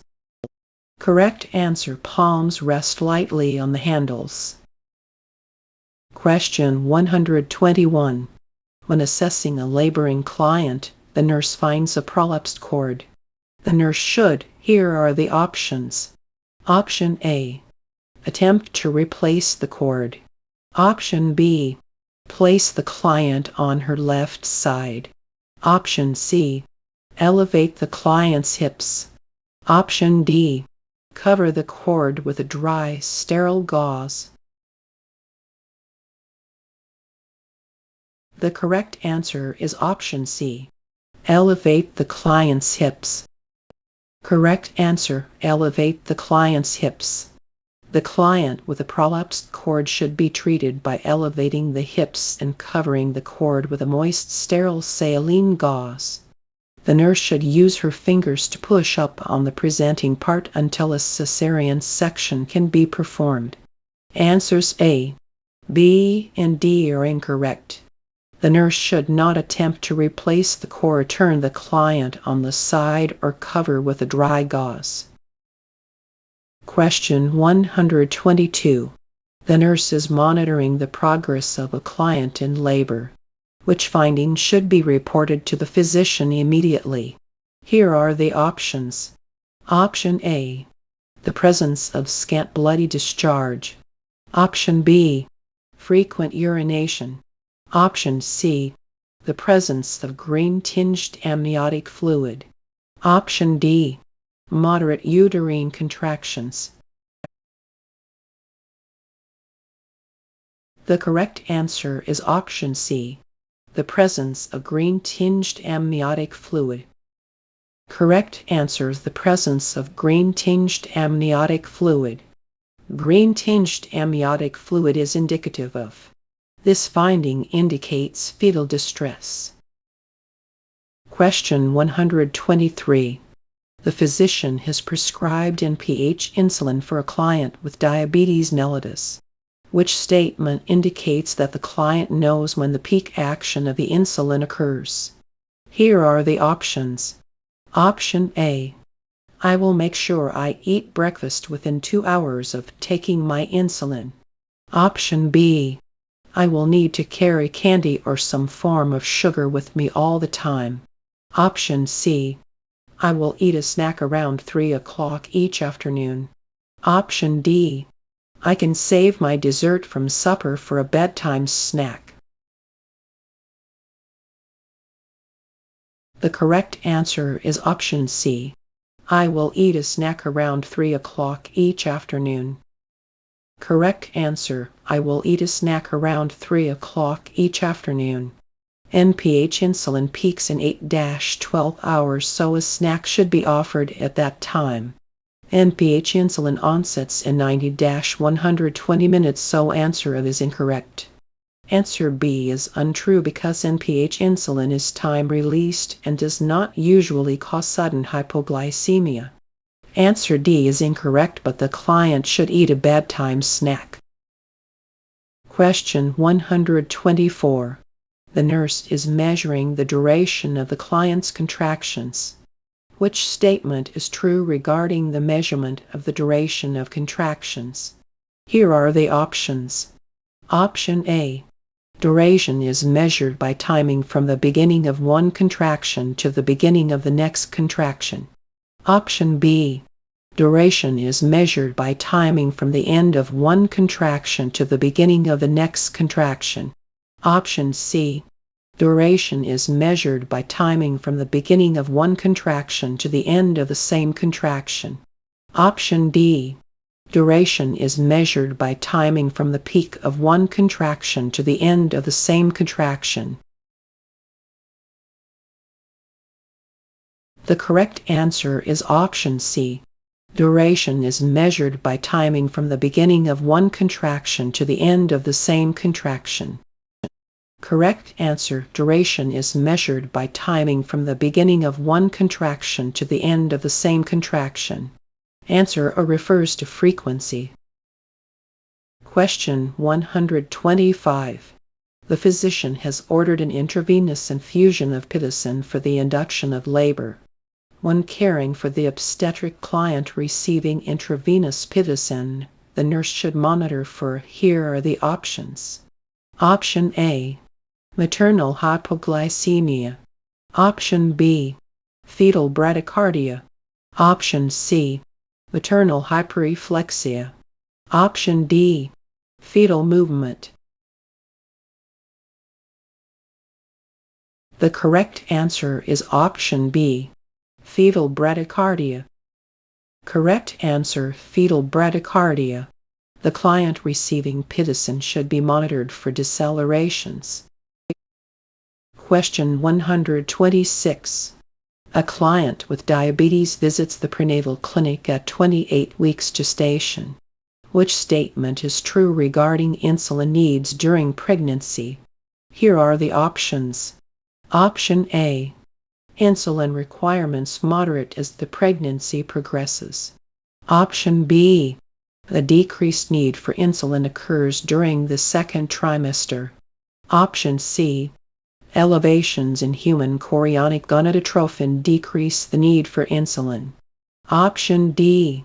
Fetal development depends on adequate insulin regulation. The correct answer is option D. Fetal development depends on adequate insulin regulation. Correct answer. Fetal development depends on adequate insulin regulation. Fetal development depends on adequate nutrition and insulin regulation. Insulin needs increase during the second and third trimesters. Insulin requirements do not moderate as the pregnancy progresses, and elevated human chorionic gonadotrophin elevates insulin needs, not decreases them. Question 127.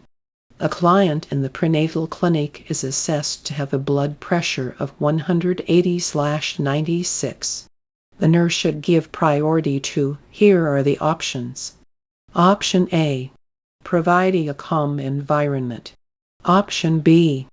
Obtaining a diet history. Option C. Administering an analgesic. Option D. Assessing fetal heart tones. The correct answer is option A. Providing a calm environment. Correct answer, providing a calm environment. A calm environment is needed to prevent seizure activity. Any stimulation can precipitate seizures. Obtaining a diet history should be done later, and administering an analgesic is not indicated because there is no data in the stem to indicate pain. Therefore, answers B and C are incorrect. Assessing the fetal heart tones is important, but this is not the highest priority in this situation. Question 128. A primigravida, age 42, is 6 weeks pregnant. Based on the client's age, her infant is at risk for, here are the options. Option A. Down syndrome. Option B. Respiratory distress syndrome. Option C. Turner syndrome. Option D. Pathological jaundice. The correct answer is option A. Down syndrome.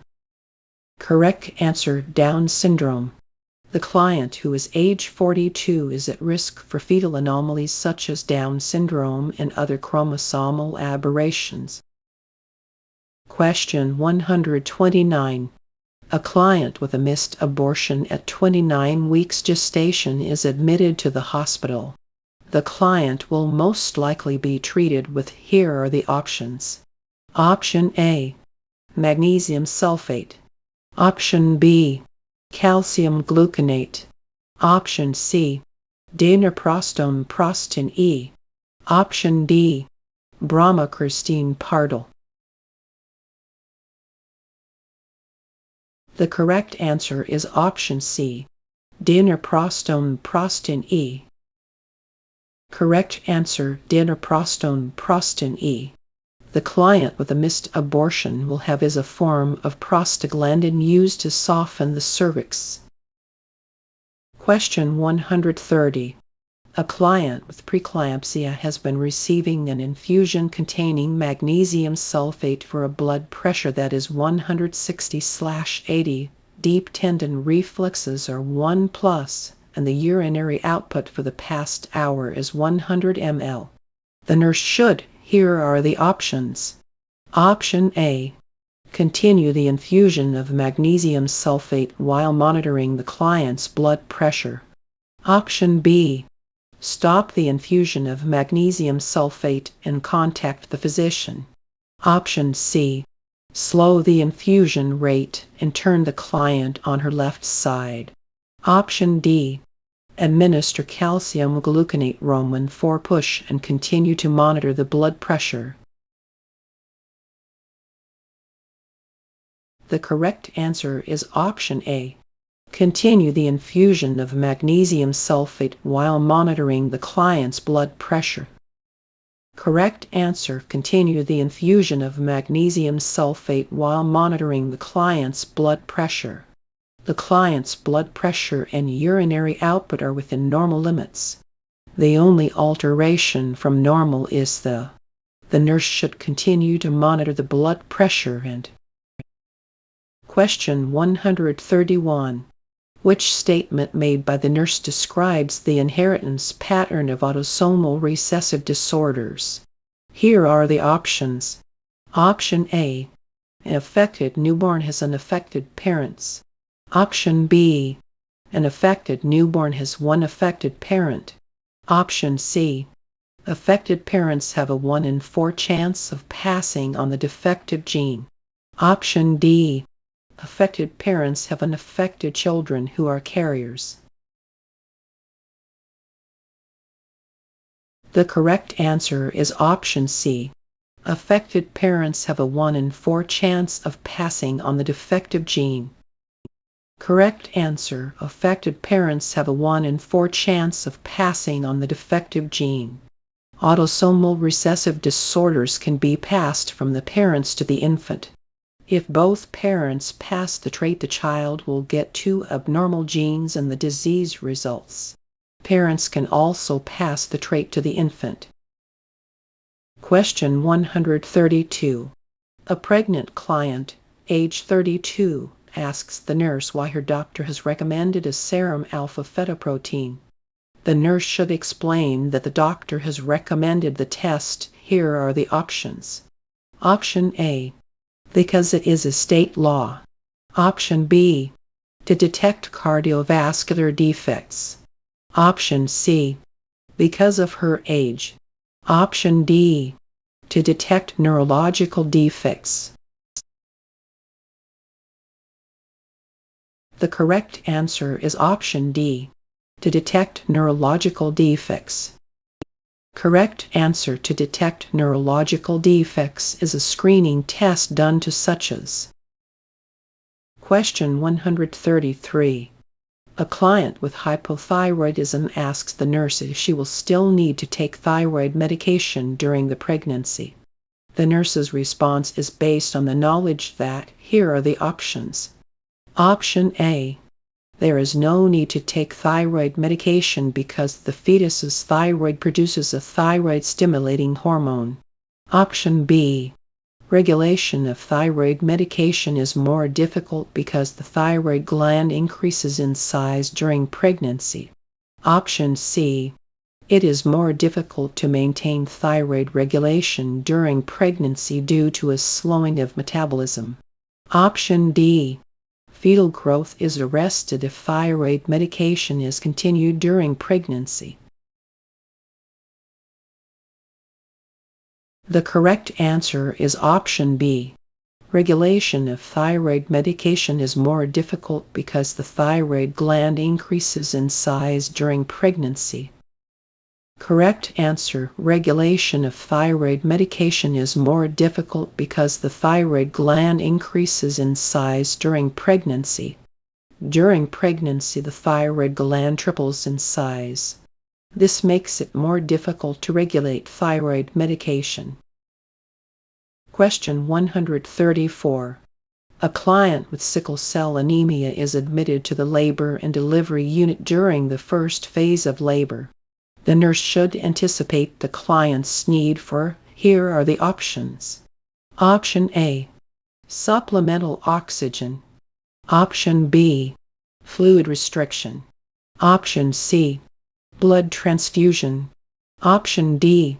Delivery by cesarean section. The correct answer is option A. Supplemental oxygen. Correct answer, supplemental oxygen. Clients with sickle cell crises are treated with heat hydration, oxygen, and pain relief. Fluids are increased, not decreased. Blood transfusions are usually not required and the client can be delivered vaginally. Question 135. A client with diabetes has an order for ultrasonography. Preparation for an ultrasound includes, here are the options. Option A, increasing fluid intake. Option B, limiting ambulation. Option C, administering an enema. Option D, withholding food for 8 hours.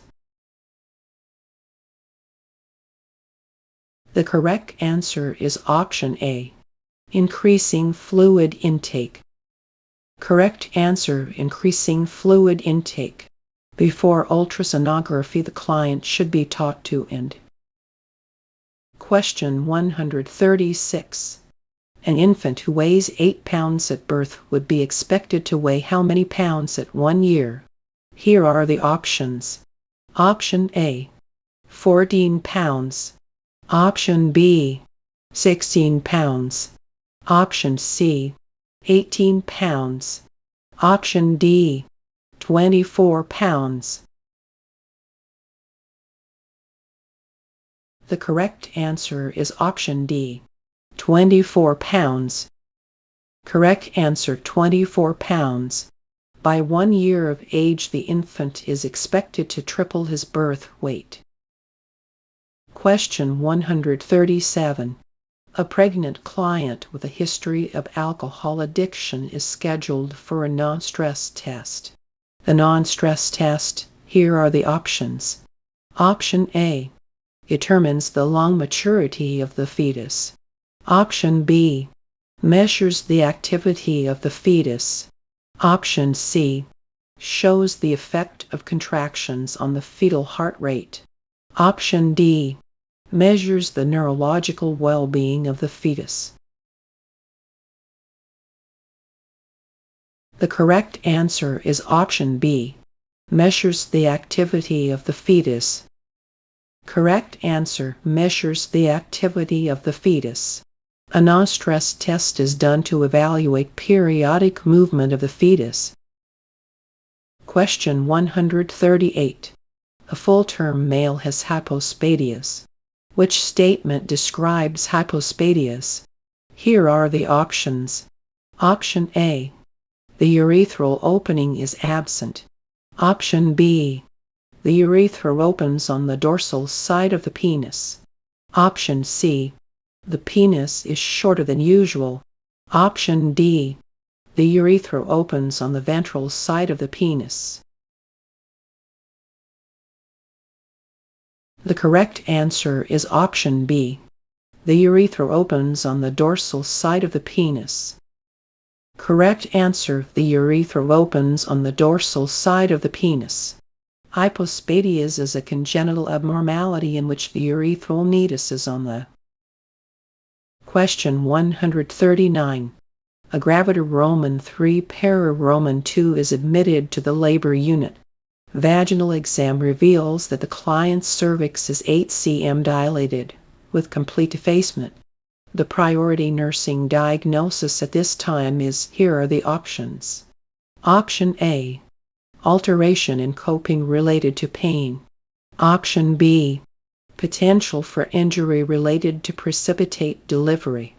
Option C, alteration in elimination related to anesthesia.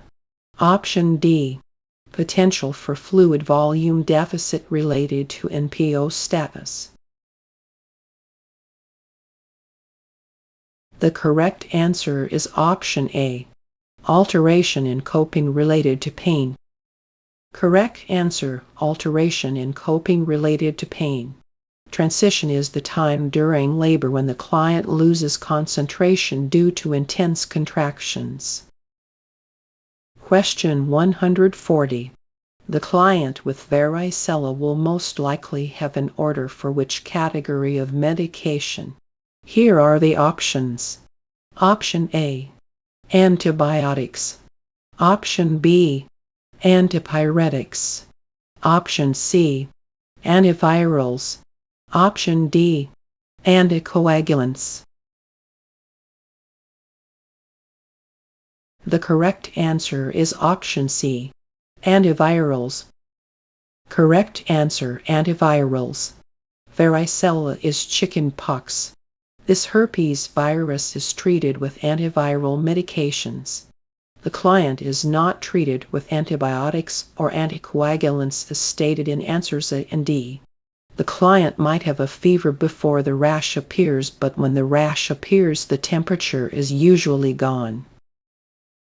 Question 141. Which of the following instructions should be included in the teaching for the client with rheumatoid arthritis? Here are the options. Option A. Avoid exercise because it fatigues the joints. Option B. Take prescribed anti-inflammatory medications with meals. Option C. Alternate hot and cold packs to affected joints. Option D. Avoid weight-bearing activity. The correct answer is option B. Take prescribed anti-inflammatory medications with meals.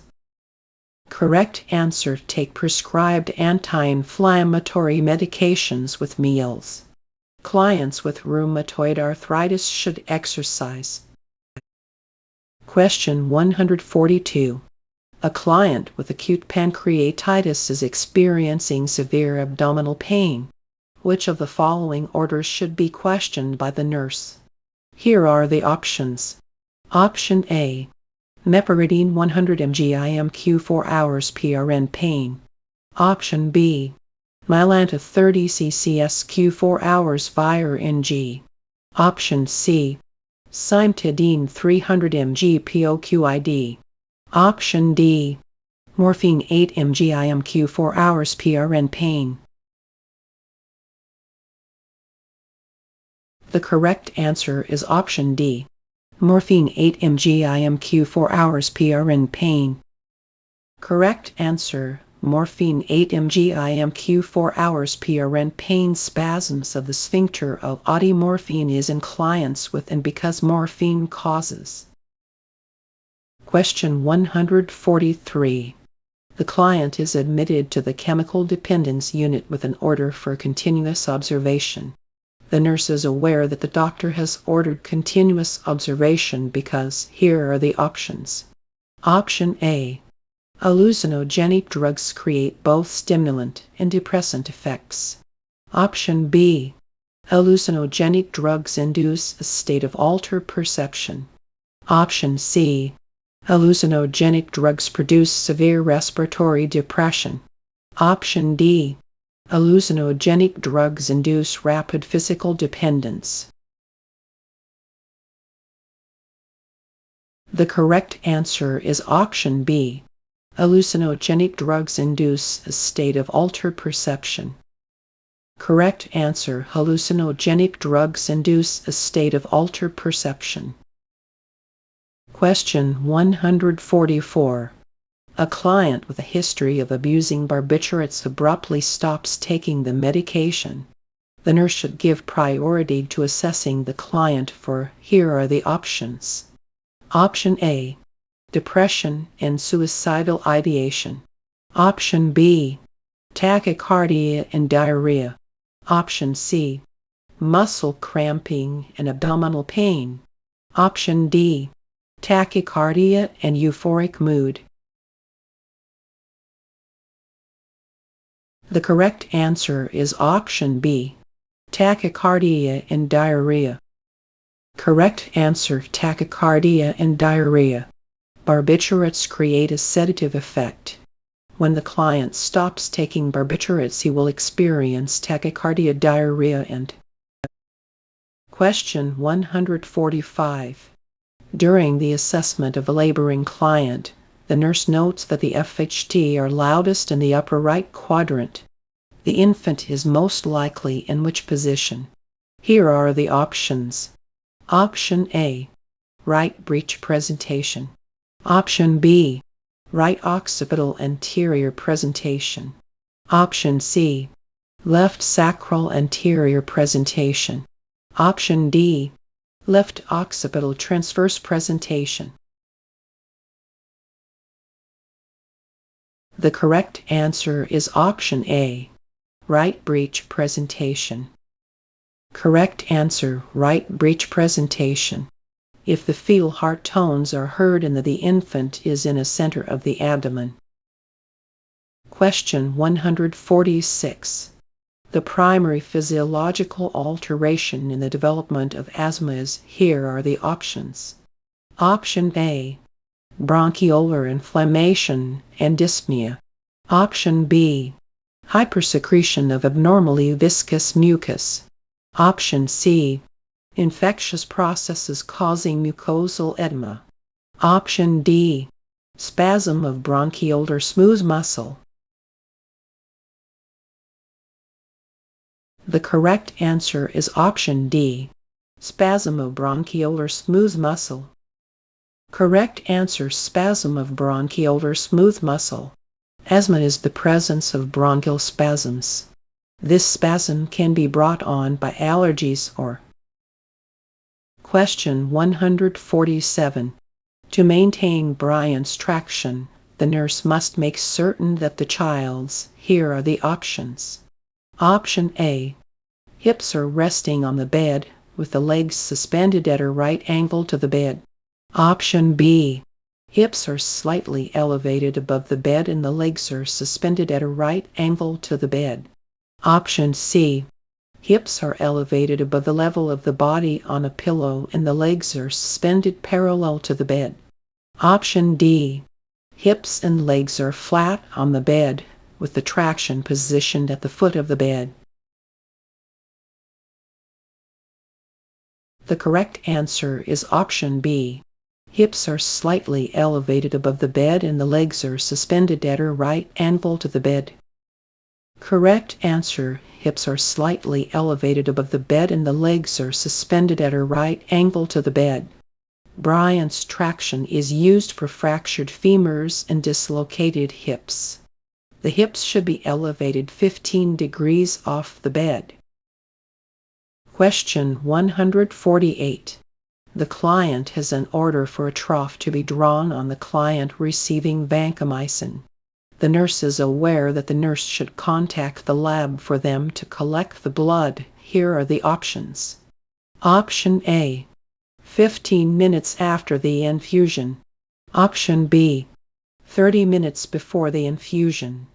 Option C, 1 hour after the infusion.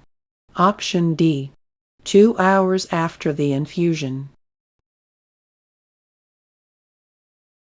The correct answer is option B, 30 minutes before the infusion. Correct answer, 30 minutes before the infusion. A trough level should be drawn 30 minutes before the third or fourth dose. Question 149. The client using the diaphragm should be instructed to, here are the options.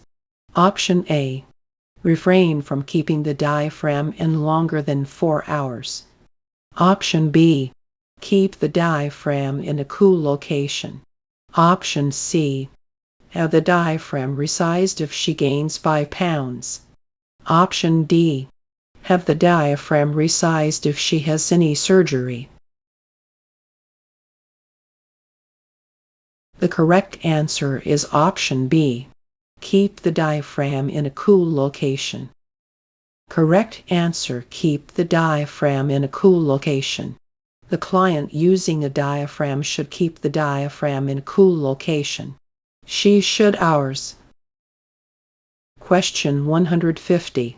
The nurse is providing postpartum teaching for a mother planning to breastfeed her infant.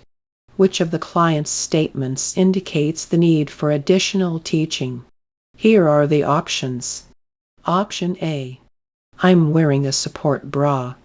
Option B, I'm expressing milk from my breast. Option C, I'm drinking 4 glasses of fluid during a 24-hour period. Option D, while I'm in the shower, I'll allow the water to run over my breasts. The correct answer is option C. I'm drinking 4 glasses of fluid during a 24-hour period.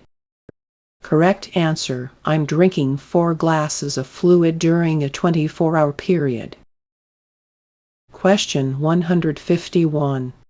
Damage to the Roman 7 cranial nerve results in, here are the options. Option A, facial pain. Option B, absence of ability to smell. Option C, absence of eye movement. Option D, tinnitus.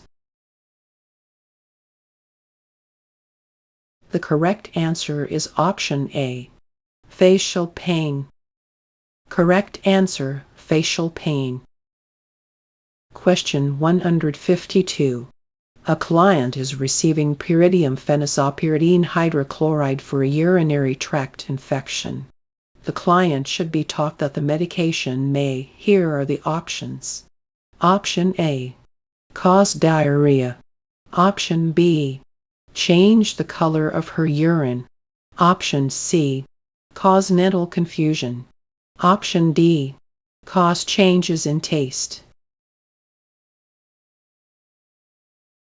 The correct answer is option B, change the color of her urine. Correct answer, change the color of her urine. Clients taking pyridium should be taught that the medication will turn the urine orange or red. Question 153. Which of the following tests should be performed before beginning a prescription of Accutane? Here are the options. Option A, check the calcium level. Option B, perform a pregnancy test. Option C, monitor apical pulse. Option D, obtain a creatinine level. The correct answer is option B, perform a pregnancy test. Correct answer, perform a pregnancy test. Question 154. A client with AIDS is taking Zovur-acyclovir. Which nursing intervention is most critical during the administration of acyclovir? Here are the options. Option A, limit the client's activity. Option B, encourage a high carbohydrate diet. Option C, utilize an incentive spirometer to improve respiratory function. Option D, encourage fluids. The correct answer is option D, encourage fluids. Correct answer, encourage fluids. Clients taking acyclovir should be encouraged to drink plenty of fluids because. Question 155. A client is admitted for an MRI. The nurse should question the client regarding, here are the options. Option A, pregnancy. Option B, a titanium hip replacement. Option C, allergies to antibiotics. Option D, inability to move his feet. The correct answer is option A, pregnancy. Correct answer, pregnancy. Clients with a titanium hip replacement can have an MRI. Question 156. The nurse is caring for the client receiving amphotericin B. Which of the following indicates that the client has experienced toxicity to this drug? Here are the options. Option A, changes in vision. Option B, nausea. Option C, urinary frequency. Option D, changes in skin color. The correct answer is option D, changes in skin color. Correct answer, changes in skin color. Clients taking amphotericin B should be monitored for because this drug is toxic to the kidneys and liver and causes bone marrow suppression. Jaundice is a sign of liver toxicity and is not specific to the use of amphotericin B. Question 157. Raynaud's disease. Here are the options. Option A causes some areas of the body, such as fingers and toes, to feel numb and cold in response to cold temperatures or stress. The correct answer is option A. Causes some areas of the body, such as fingers and toes, to feel numb and cold in response to cold temperatures or stress. Correct answer. Causes some areas of the body, such as fingers and toes, to feel numb and cold in response to cold temperatures or stress. In Raynaud's disease, smaller arteries that supply blood to the skin narrow. This limits blood flow to affected areas, which is called vasospasm. Question 158. Cataracts result in opacity of the crystalline lens. Which of the following best explains the functions of the lens? Here are the options. Option A. The lens controls stimulation of the retina. Option B. The lens orchestrates eye movement. Option C. The lens focuses light rays on the retina. Option D. The lens magnifies small objects. The correct answer is option C. The lens focuses light rays on the retina. Correct answer. The lens focuses light rays on the retina. Question 159. A client who has glaucoma is to have miotic eye drops instilled in both eyes. The nurse knows that the purpose of the medication is to, here are the options. Option A. Anesthetize the cornea. Option B. Dilate the pupils. Option C. Constrict the pupils. Option D.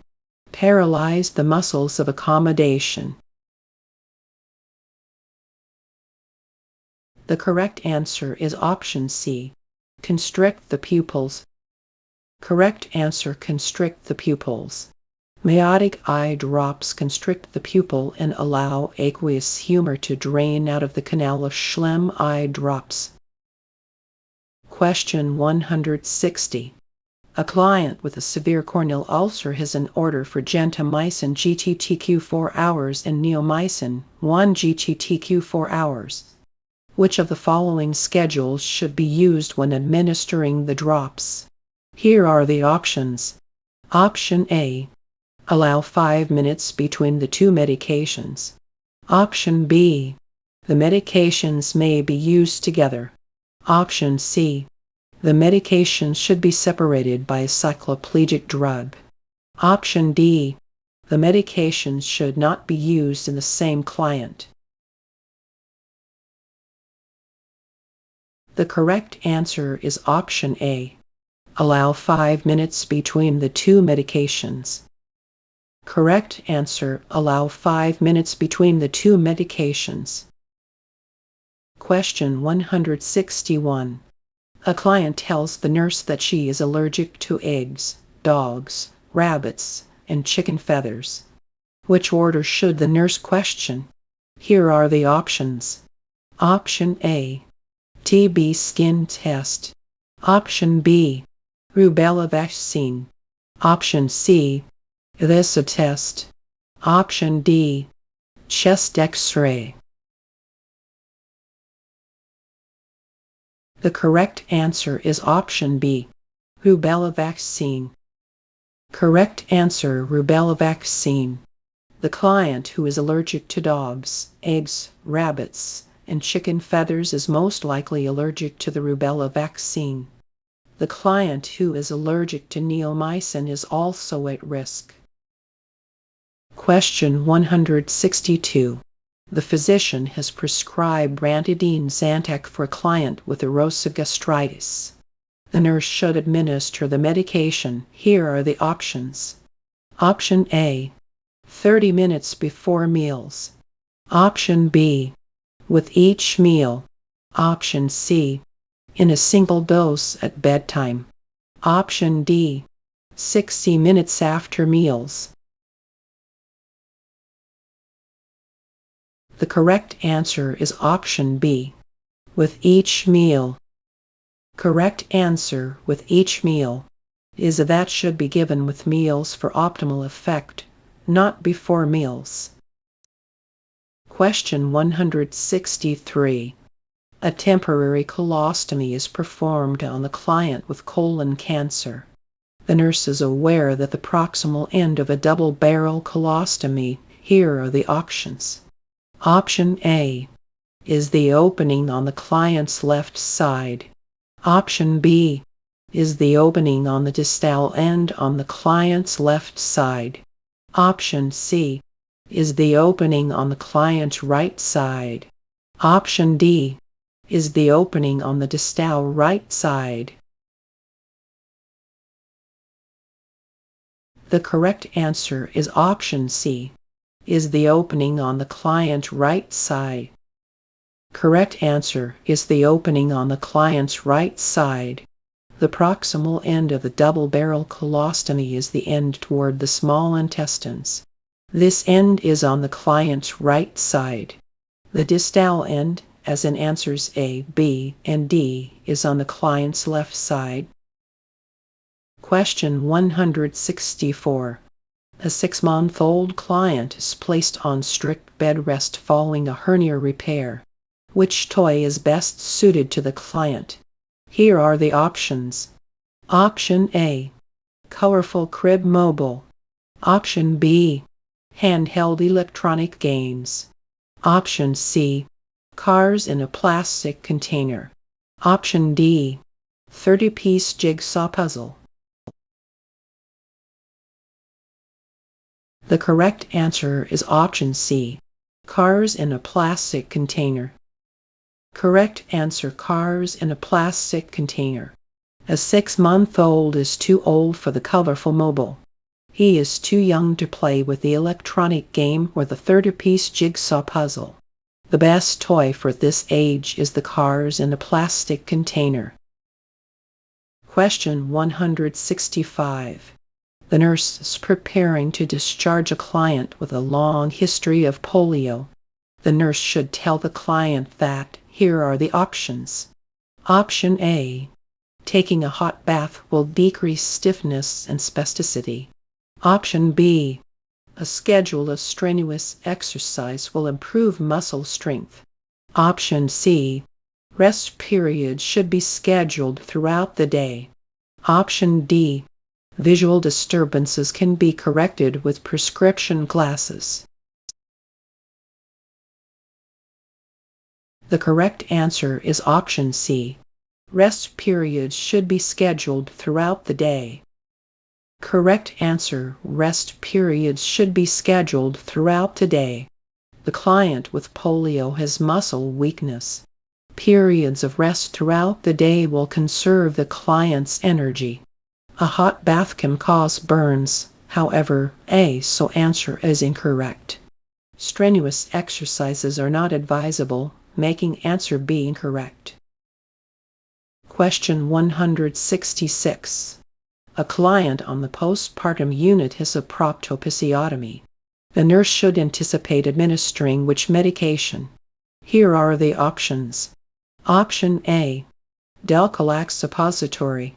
Option B, docusate sodium cholase. Option C, methyrgonavine malate methergin. Option D, bromocriptine sulfate parlodol. The correct answer is option B, docusate sodium cholase. Correct answer, docusate sodium cholase. The client with a proctoepisiotomy will need stool softeners such as docusate sodium. Suppositories are given only with an order from the doctor. Is the drug used to? Question 167. A client with pancreatic cancer has an infusion of TP and total parenteral nutrition. The doctor has ordered for sliding scale insulin. The most likely explanation for this order is, here are the options. Option A, Total parenteral nutrition leads to negative nitrogen balance and elevated glucose levels. Option B. Total parenteral nutrition cannot be managed with oral hypoglycemics. Option C. Total parenteral nutrition is a high glucose solution that often elevates the blood glucose levels. Option D. Total parenteral nutrition leads to further pancreatic disease. The correct answer is option C. Total parenteral nutrition is a high glucose solution that often elevates the blood glucose levels. Correct answer. Total parenteral nutrition is a high glucose solution that often elevates the blood glucose levels. TPN is used to, it will. Total parenteral nutrition can be managed with oral hypoglycemic drugs, but it is difficult to do so. Question 168. An adolescent primigravida who is 10 weeks pregnant attends the antepartal clinic for a first checkup. To develop a teaching plan, the nurse should initially assess. Here are the options. Option A. The client's knowledge of the signs of preterm labor. Option B. The client's feelings about the pregnancy. Option C. Whether the client was using a method of birth control. Option D. The client's thought about future children. The correct answer is option B. The client's feelings about the pregnancy. Correct answer. The client's feelings about the pregnancy. The client who is 10 weeks pregnant should be assessed to determine how she feels about the pregnancy. It is too early to discuss preterm labor, too late to discuss whether she was using a method of birth control, and after the client delivers, a discussion of future children should be instituted. Question 169. An obstetric client is admitted with dehydration. Which Roman IV fluid would be most appropriate for the client? Here are the options. Option A. 0. Option B. 45 normal saline. Option C. Dextrose 1% in water. Option D. Lactated ringers. Option B. Dextrose 5% in. Option F. 45 normal saline. The correct answer is option A. 0. Correct answer 0. The best Roman IV fluid for correction of dehydration is normal saline because it is most like normal serum. Dextrose pulls fluid from the cell. Lactated ringers contains more electrolytes than the client's serum, and dextrose with normal saline will also alter the intercellular fluid. Question 170. The physician has ordered a thyroid scan to confirm the diagnosis. Before the procedure, the nurse should. Here are the options. Option A. Assess the client for allergies. Option B. Bolus the client with Roman IV fluid. Option C. Tell the client he will be asleep. Option D. Insert a urinary catheter. The correct answer is option A. Assess the client for allergies. Correct answer. Assess the client for allergies. A thyroid scan uses a dye, so the client should be assessed for allergies to iodine. Question 171. The nurse is caring for a client admitted to the emergency room after a fall. X-rays reveal that the client has several fractured bones in the foot. Which treatment should the nurse anticipate for the fractured foot? Here are the options. Option A. Application of a short inclusive spicacast. Option B. Stabilization with a plaster of Paris cast. Option C. Surgery with Kircher wire implantation. Option D. A gauze dressing only. The correct answer is option B, stabilization with a plaster of Paris cast. Correct answer, stabilization with a plaster of Paris cast. A client with a fractured foot often has a short leg cast applied to stabilize the vertebral fracture. Question 172. A client with bladder cancer is being treated with iridium seed implants.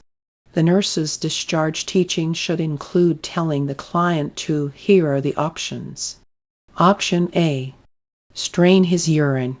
Option B, increase his fluid intake. Option C, report urinary frequency.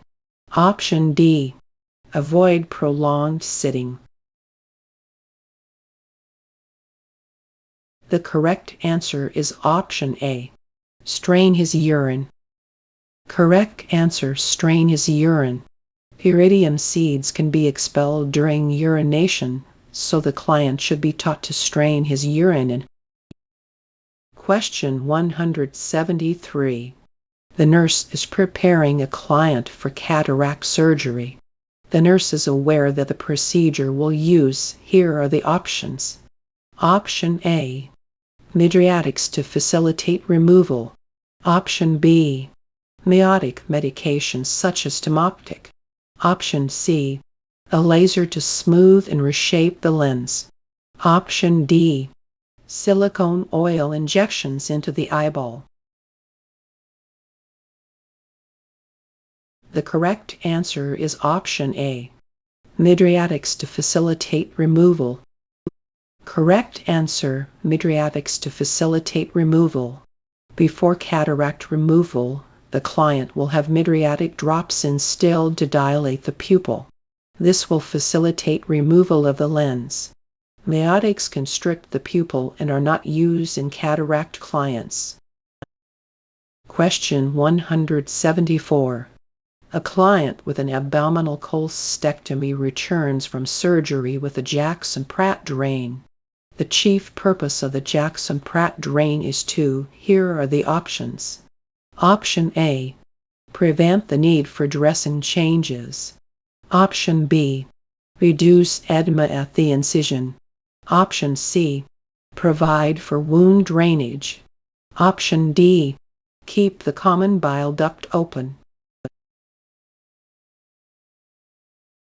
The correct answer is option C, provide for wound drainage.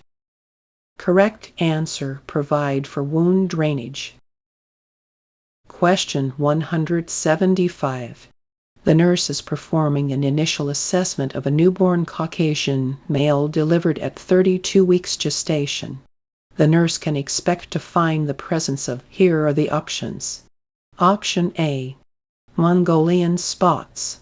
Option B, scrotal rugae. Option C, head lag. Option D, vernix caseosa. The correct answer is option C, head lag. Correct answer, head lag. The infant who is 32 weeks gestation will not be able to control his head, so head lag will be present. Scrotal rugae. Question 176. The nurse is caring for a client admitted with multiple trauma. Fractures include the pelvis, femur, and ulna. Which finding should be reported to the physician immediately? Here are the options. Option A, hematuria. Option B, muscle spasms. Option C, dizziness. Option D, nausea. The correct answer is option A, hematuria. Correct answer, hematuria. Hematuria in a client with a pelvic fracture can indicate trauma to the bladder or impending bleeding disorders. Question 177. A client is brought to the emergency room by the police. He is combative and yells, "I have to get out of here. They are trying to kill me." Which assessment is most likely correct in relation to this statement? Here are the options. Option A. The client is experiencing an auditory hallucination. Option B. The client is having a delusion of grandeur. Option C. The client is experiencing paranoid delusions. Option D. The client is intoxicated. The correct answer is option C. The client is experiencing paranoid delusions. Correct answer: the client is experiencing paranoid delusions. Delusions of grandeur are fixed beliefs that the client is superior or perhaps a famous person. Question 178. A client recently started on hemodialysis wants to know how the dialysis will take the place of his kidneys. The nurse's response is based on the knowledge that hemodialysis works by. Here are the options. Option A. Passing water through a dialyzing membrane. Option B. Eliminating plasma proteins from the blood. Option C. Lowering the pH by removing non-volatile acids. Option D. Filtering waste through a dialyzing membrane. The correct answer is option D. Filtering waste through a dialyzing membrane. Correct answer: filtering waste through a dialyzing membrane. Question 179. During a home visit, a client with AIDS tells the nurse that he has been exposed to measles. Which action by the nurse is most appropriate? Here are the options. Option A. Administer an antibiotic. Option B. Contact the physician for an order for immune globulin. Option C. Administer an antiviral. Option D. Tell the client that he should remain in isolation for 2 weeks. The correct answer is option B. Contact the physician for an order for immune globulin. Correct answer: contact the physician for an order for immune globulin. Question 180. A client who is admitted with an above-the-knee amputation tells the nurse that his foot hurts and itches. Which response by the nurse indicates understanding of phantom limb pain? Here are the options. Option A. The pain will go away in a few days. Option B. The pain is due to peripheral nervous system interruptions. I will get you some pain medication. Option C.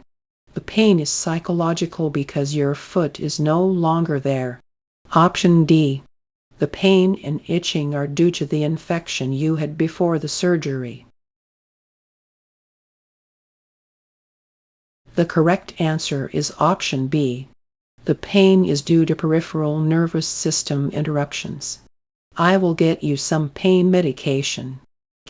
Correct answer: the pain is due to peripheral nervous system interruptions. I will get you some pain medication. Pain related to phantom limb syndrome is due to peripheral nervous system interruption. Phantom limb pain can last several months or indefinitely. Question 181. A client with cancer of the pancreas has undergone a Whipple procedure. The nurse is aware that during the Whipple procedure, the doctor will remove the. Here are the options. Option A. Head of the pancreas. Option B. Proximal third section of the small intestines. Option C. Stomach and duodenum. Option D. Esophagus and jejunum. The correct answer is option A. Head of the pancreas. Correct answer: head of the pancreas. During a Whipple procedure, the head of the pancreas, which is a part of the stomach, the jejunum, and a portion of the stomach are removed and reanastomosed. Question 182. The physician has ordered a minimal bacteria diet for a client with neutropenia. The client should be taught to avoid eating. Here are the options. Option A, fruits. Option B, salad. Option C, bever. Option D, ketchup. The correct answer is option C, bever. Correct answer, pepper. Pepper is not processed and contains bacteria. Other answer choices are incorrect because fruits should be cooked or washed and peeled, and salt and ketchup are allowed. Question 183. The nurse is assisting the physician with removal of a central venous catheter. To facilitate removal, the nurse should instruct the client to here are the options. Option A, perform the Valsalva maneuver as the catheter is advanced. Option B, turn his head to the left side and hyperextend the neck. Option C, take slow, deep breaths as the catheter is removed. Option D, turn his head to the right while maintaining a sniffing position. The correct answer is option A, perform the Valsalva maneuver as the catheter is advanced. Correct answer, perform the Valsalva maneuver as the catheter is advanced. The client who is having a central venous catheter removed should be told to hold his breath and bear down. This prevents air from entering the line. Question 184. A client has an order for streptokinase. Before administering the medication, the nurse should assess the client for here are the options. Option A, allergies to pineapples and bananas. Option B, a history of streptococcal infections. Option C, prior therapy with phenytoin.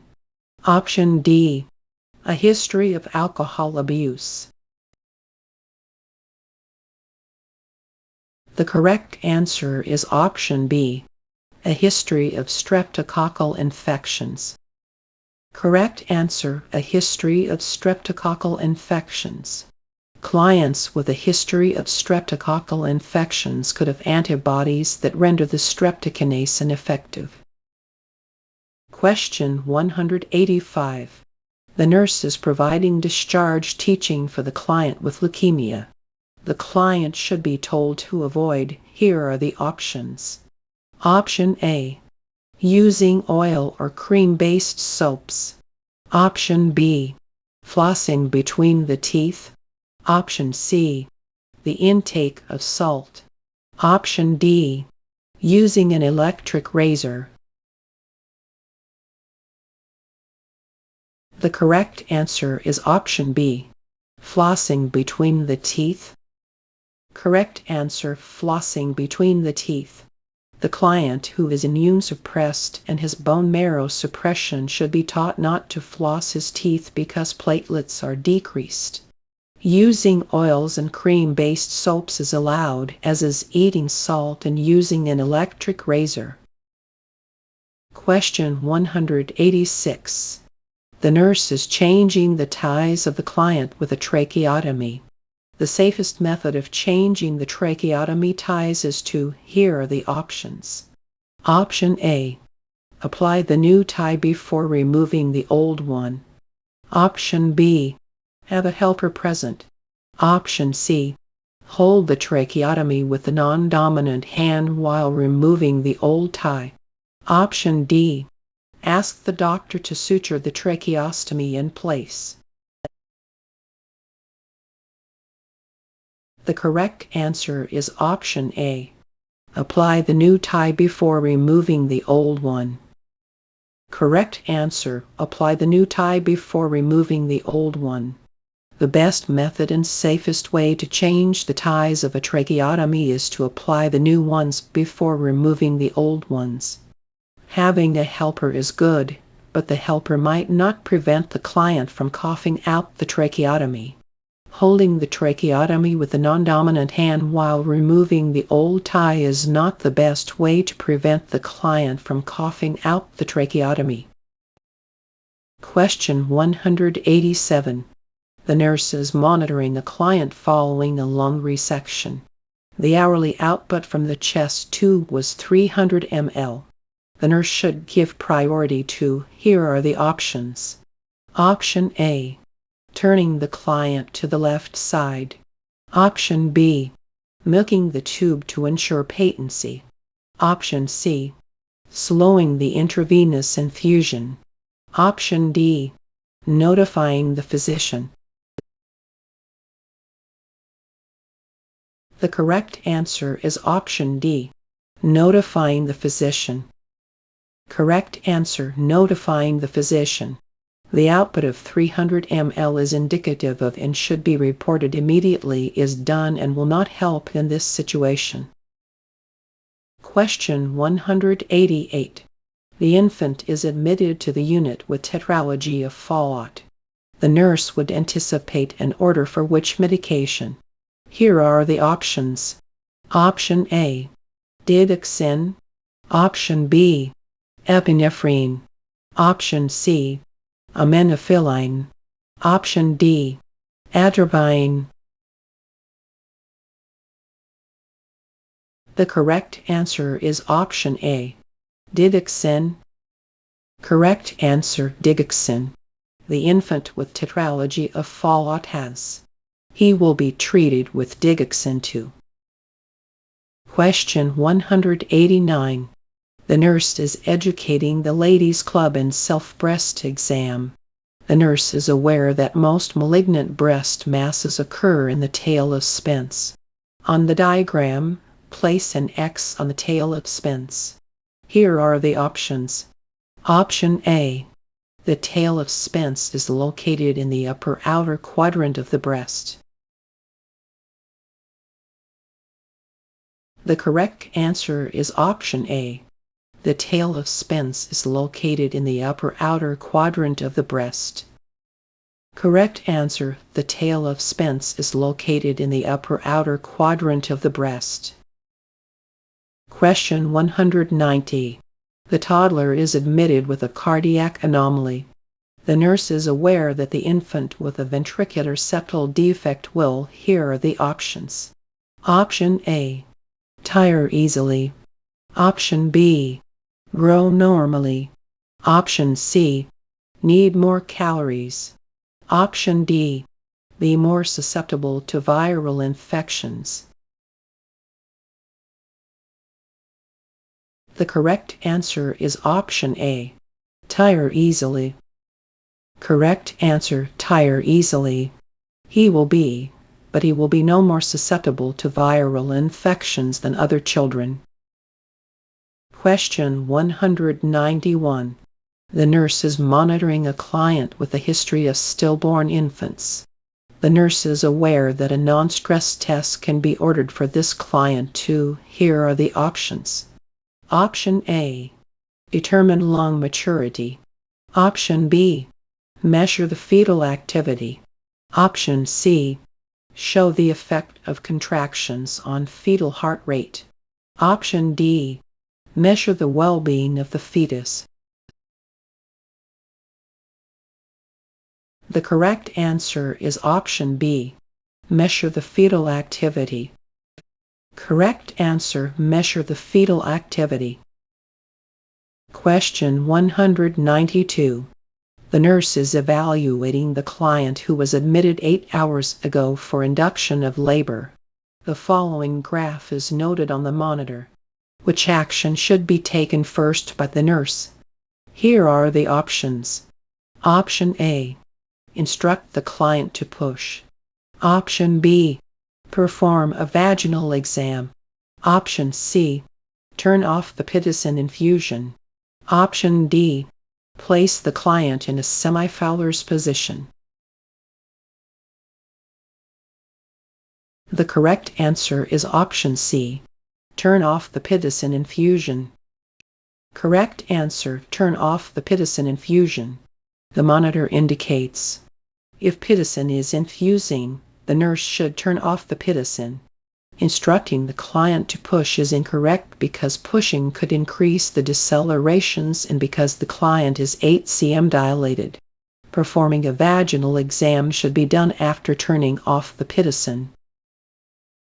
Question 193. The nurse notes the following on the ECG monitor. The nurse would evaluate the cardiac arrhythmia as here are the options. Option A, atrial flutter. Option B, a sinus rhythm. Option C, ventricular tachycardia. Option D, atrial fibrillation. The correct answer is option C, ventricular tachycardia. Correct answer, ventricular tachycardia. Question 194. The nurse has a pre-op order to administer Valium diazepam 10 mg and Phenergan promethazine 25 mg. The correct method of administering these medications is to, here are the options. Option A, administer the medications together in one syringe. Option B, administer the medications separately. Option C, administer the Valium, wait 5 minutes, and then inject the Phenergan. Option D, question the order because they cannot be given at the same time. The correct answer is option B, administer the medication separately. Correct answer, administer the medication separately. Valium is an anti-anxiety medication and is used as an. Question 195. Which task should be assigned to the nursing assistant? Here are the options. Option A, placing the client in seclusion. Option B, emptying the Foley catheter of the preeclamptic client. Option C, feeding the client with dementia. Option D, ambulating the client with a fractured hip. The correct answer is option C, feeding the client with dementia. Correct answer, feeding the client with dementia. Of these clients, the one who should be assigned to the care of the nursing assistant is the client with dementia. Only an RN or the physician can place the client in seclusion. The nurse should empty the Foley catheter of the preeclamptic client because the client is unstable. A nurse or physical therapist should ambulate the client with a fractured hip. Question 196. The physician has ordered a histoplasmosis test for the elderly client. The nurse is aware that histoplasmosis is transmitted to humans by, here are the options. Option A, TAS. Option B, does. Option C, TIRLS. Option D, VERS. The correct answer is option D, VERS. Correct answer, birds. Histoplasmosis is a fungus carried by birds.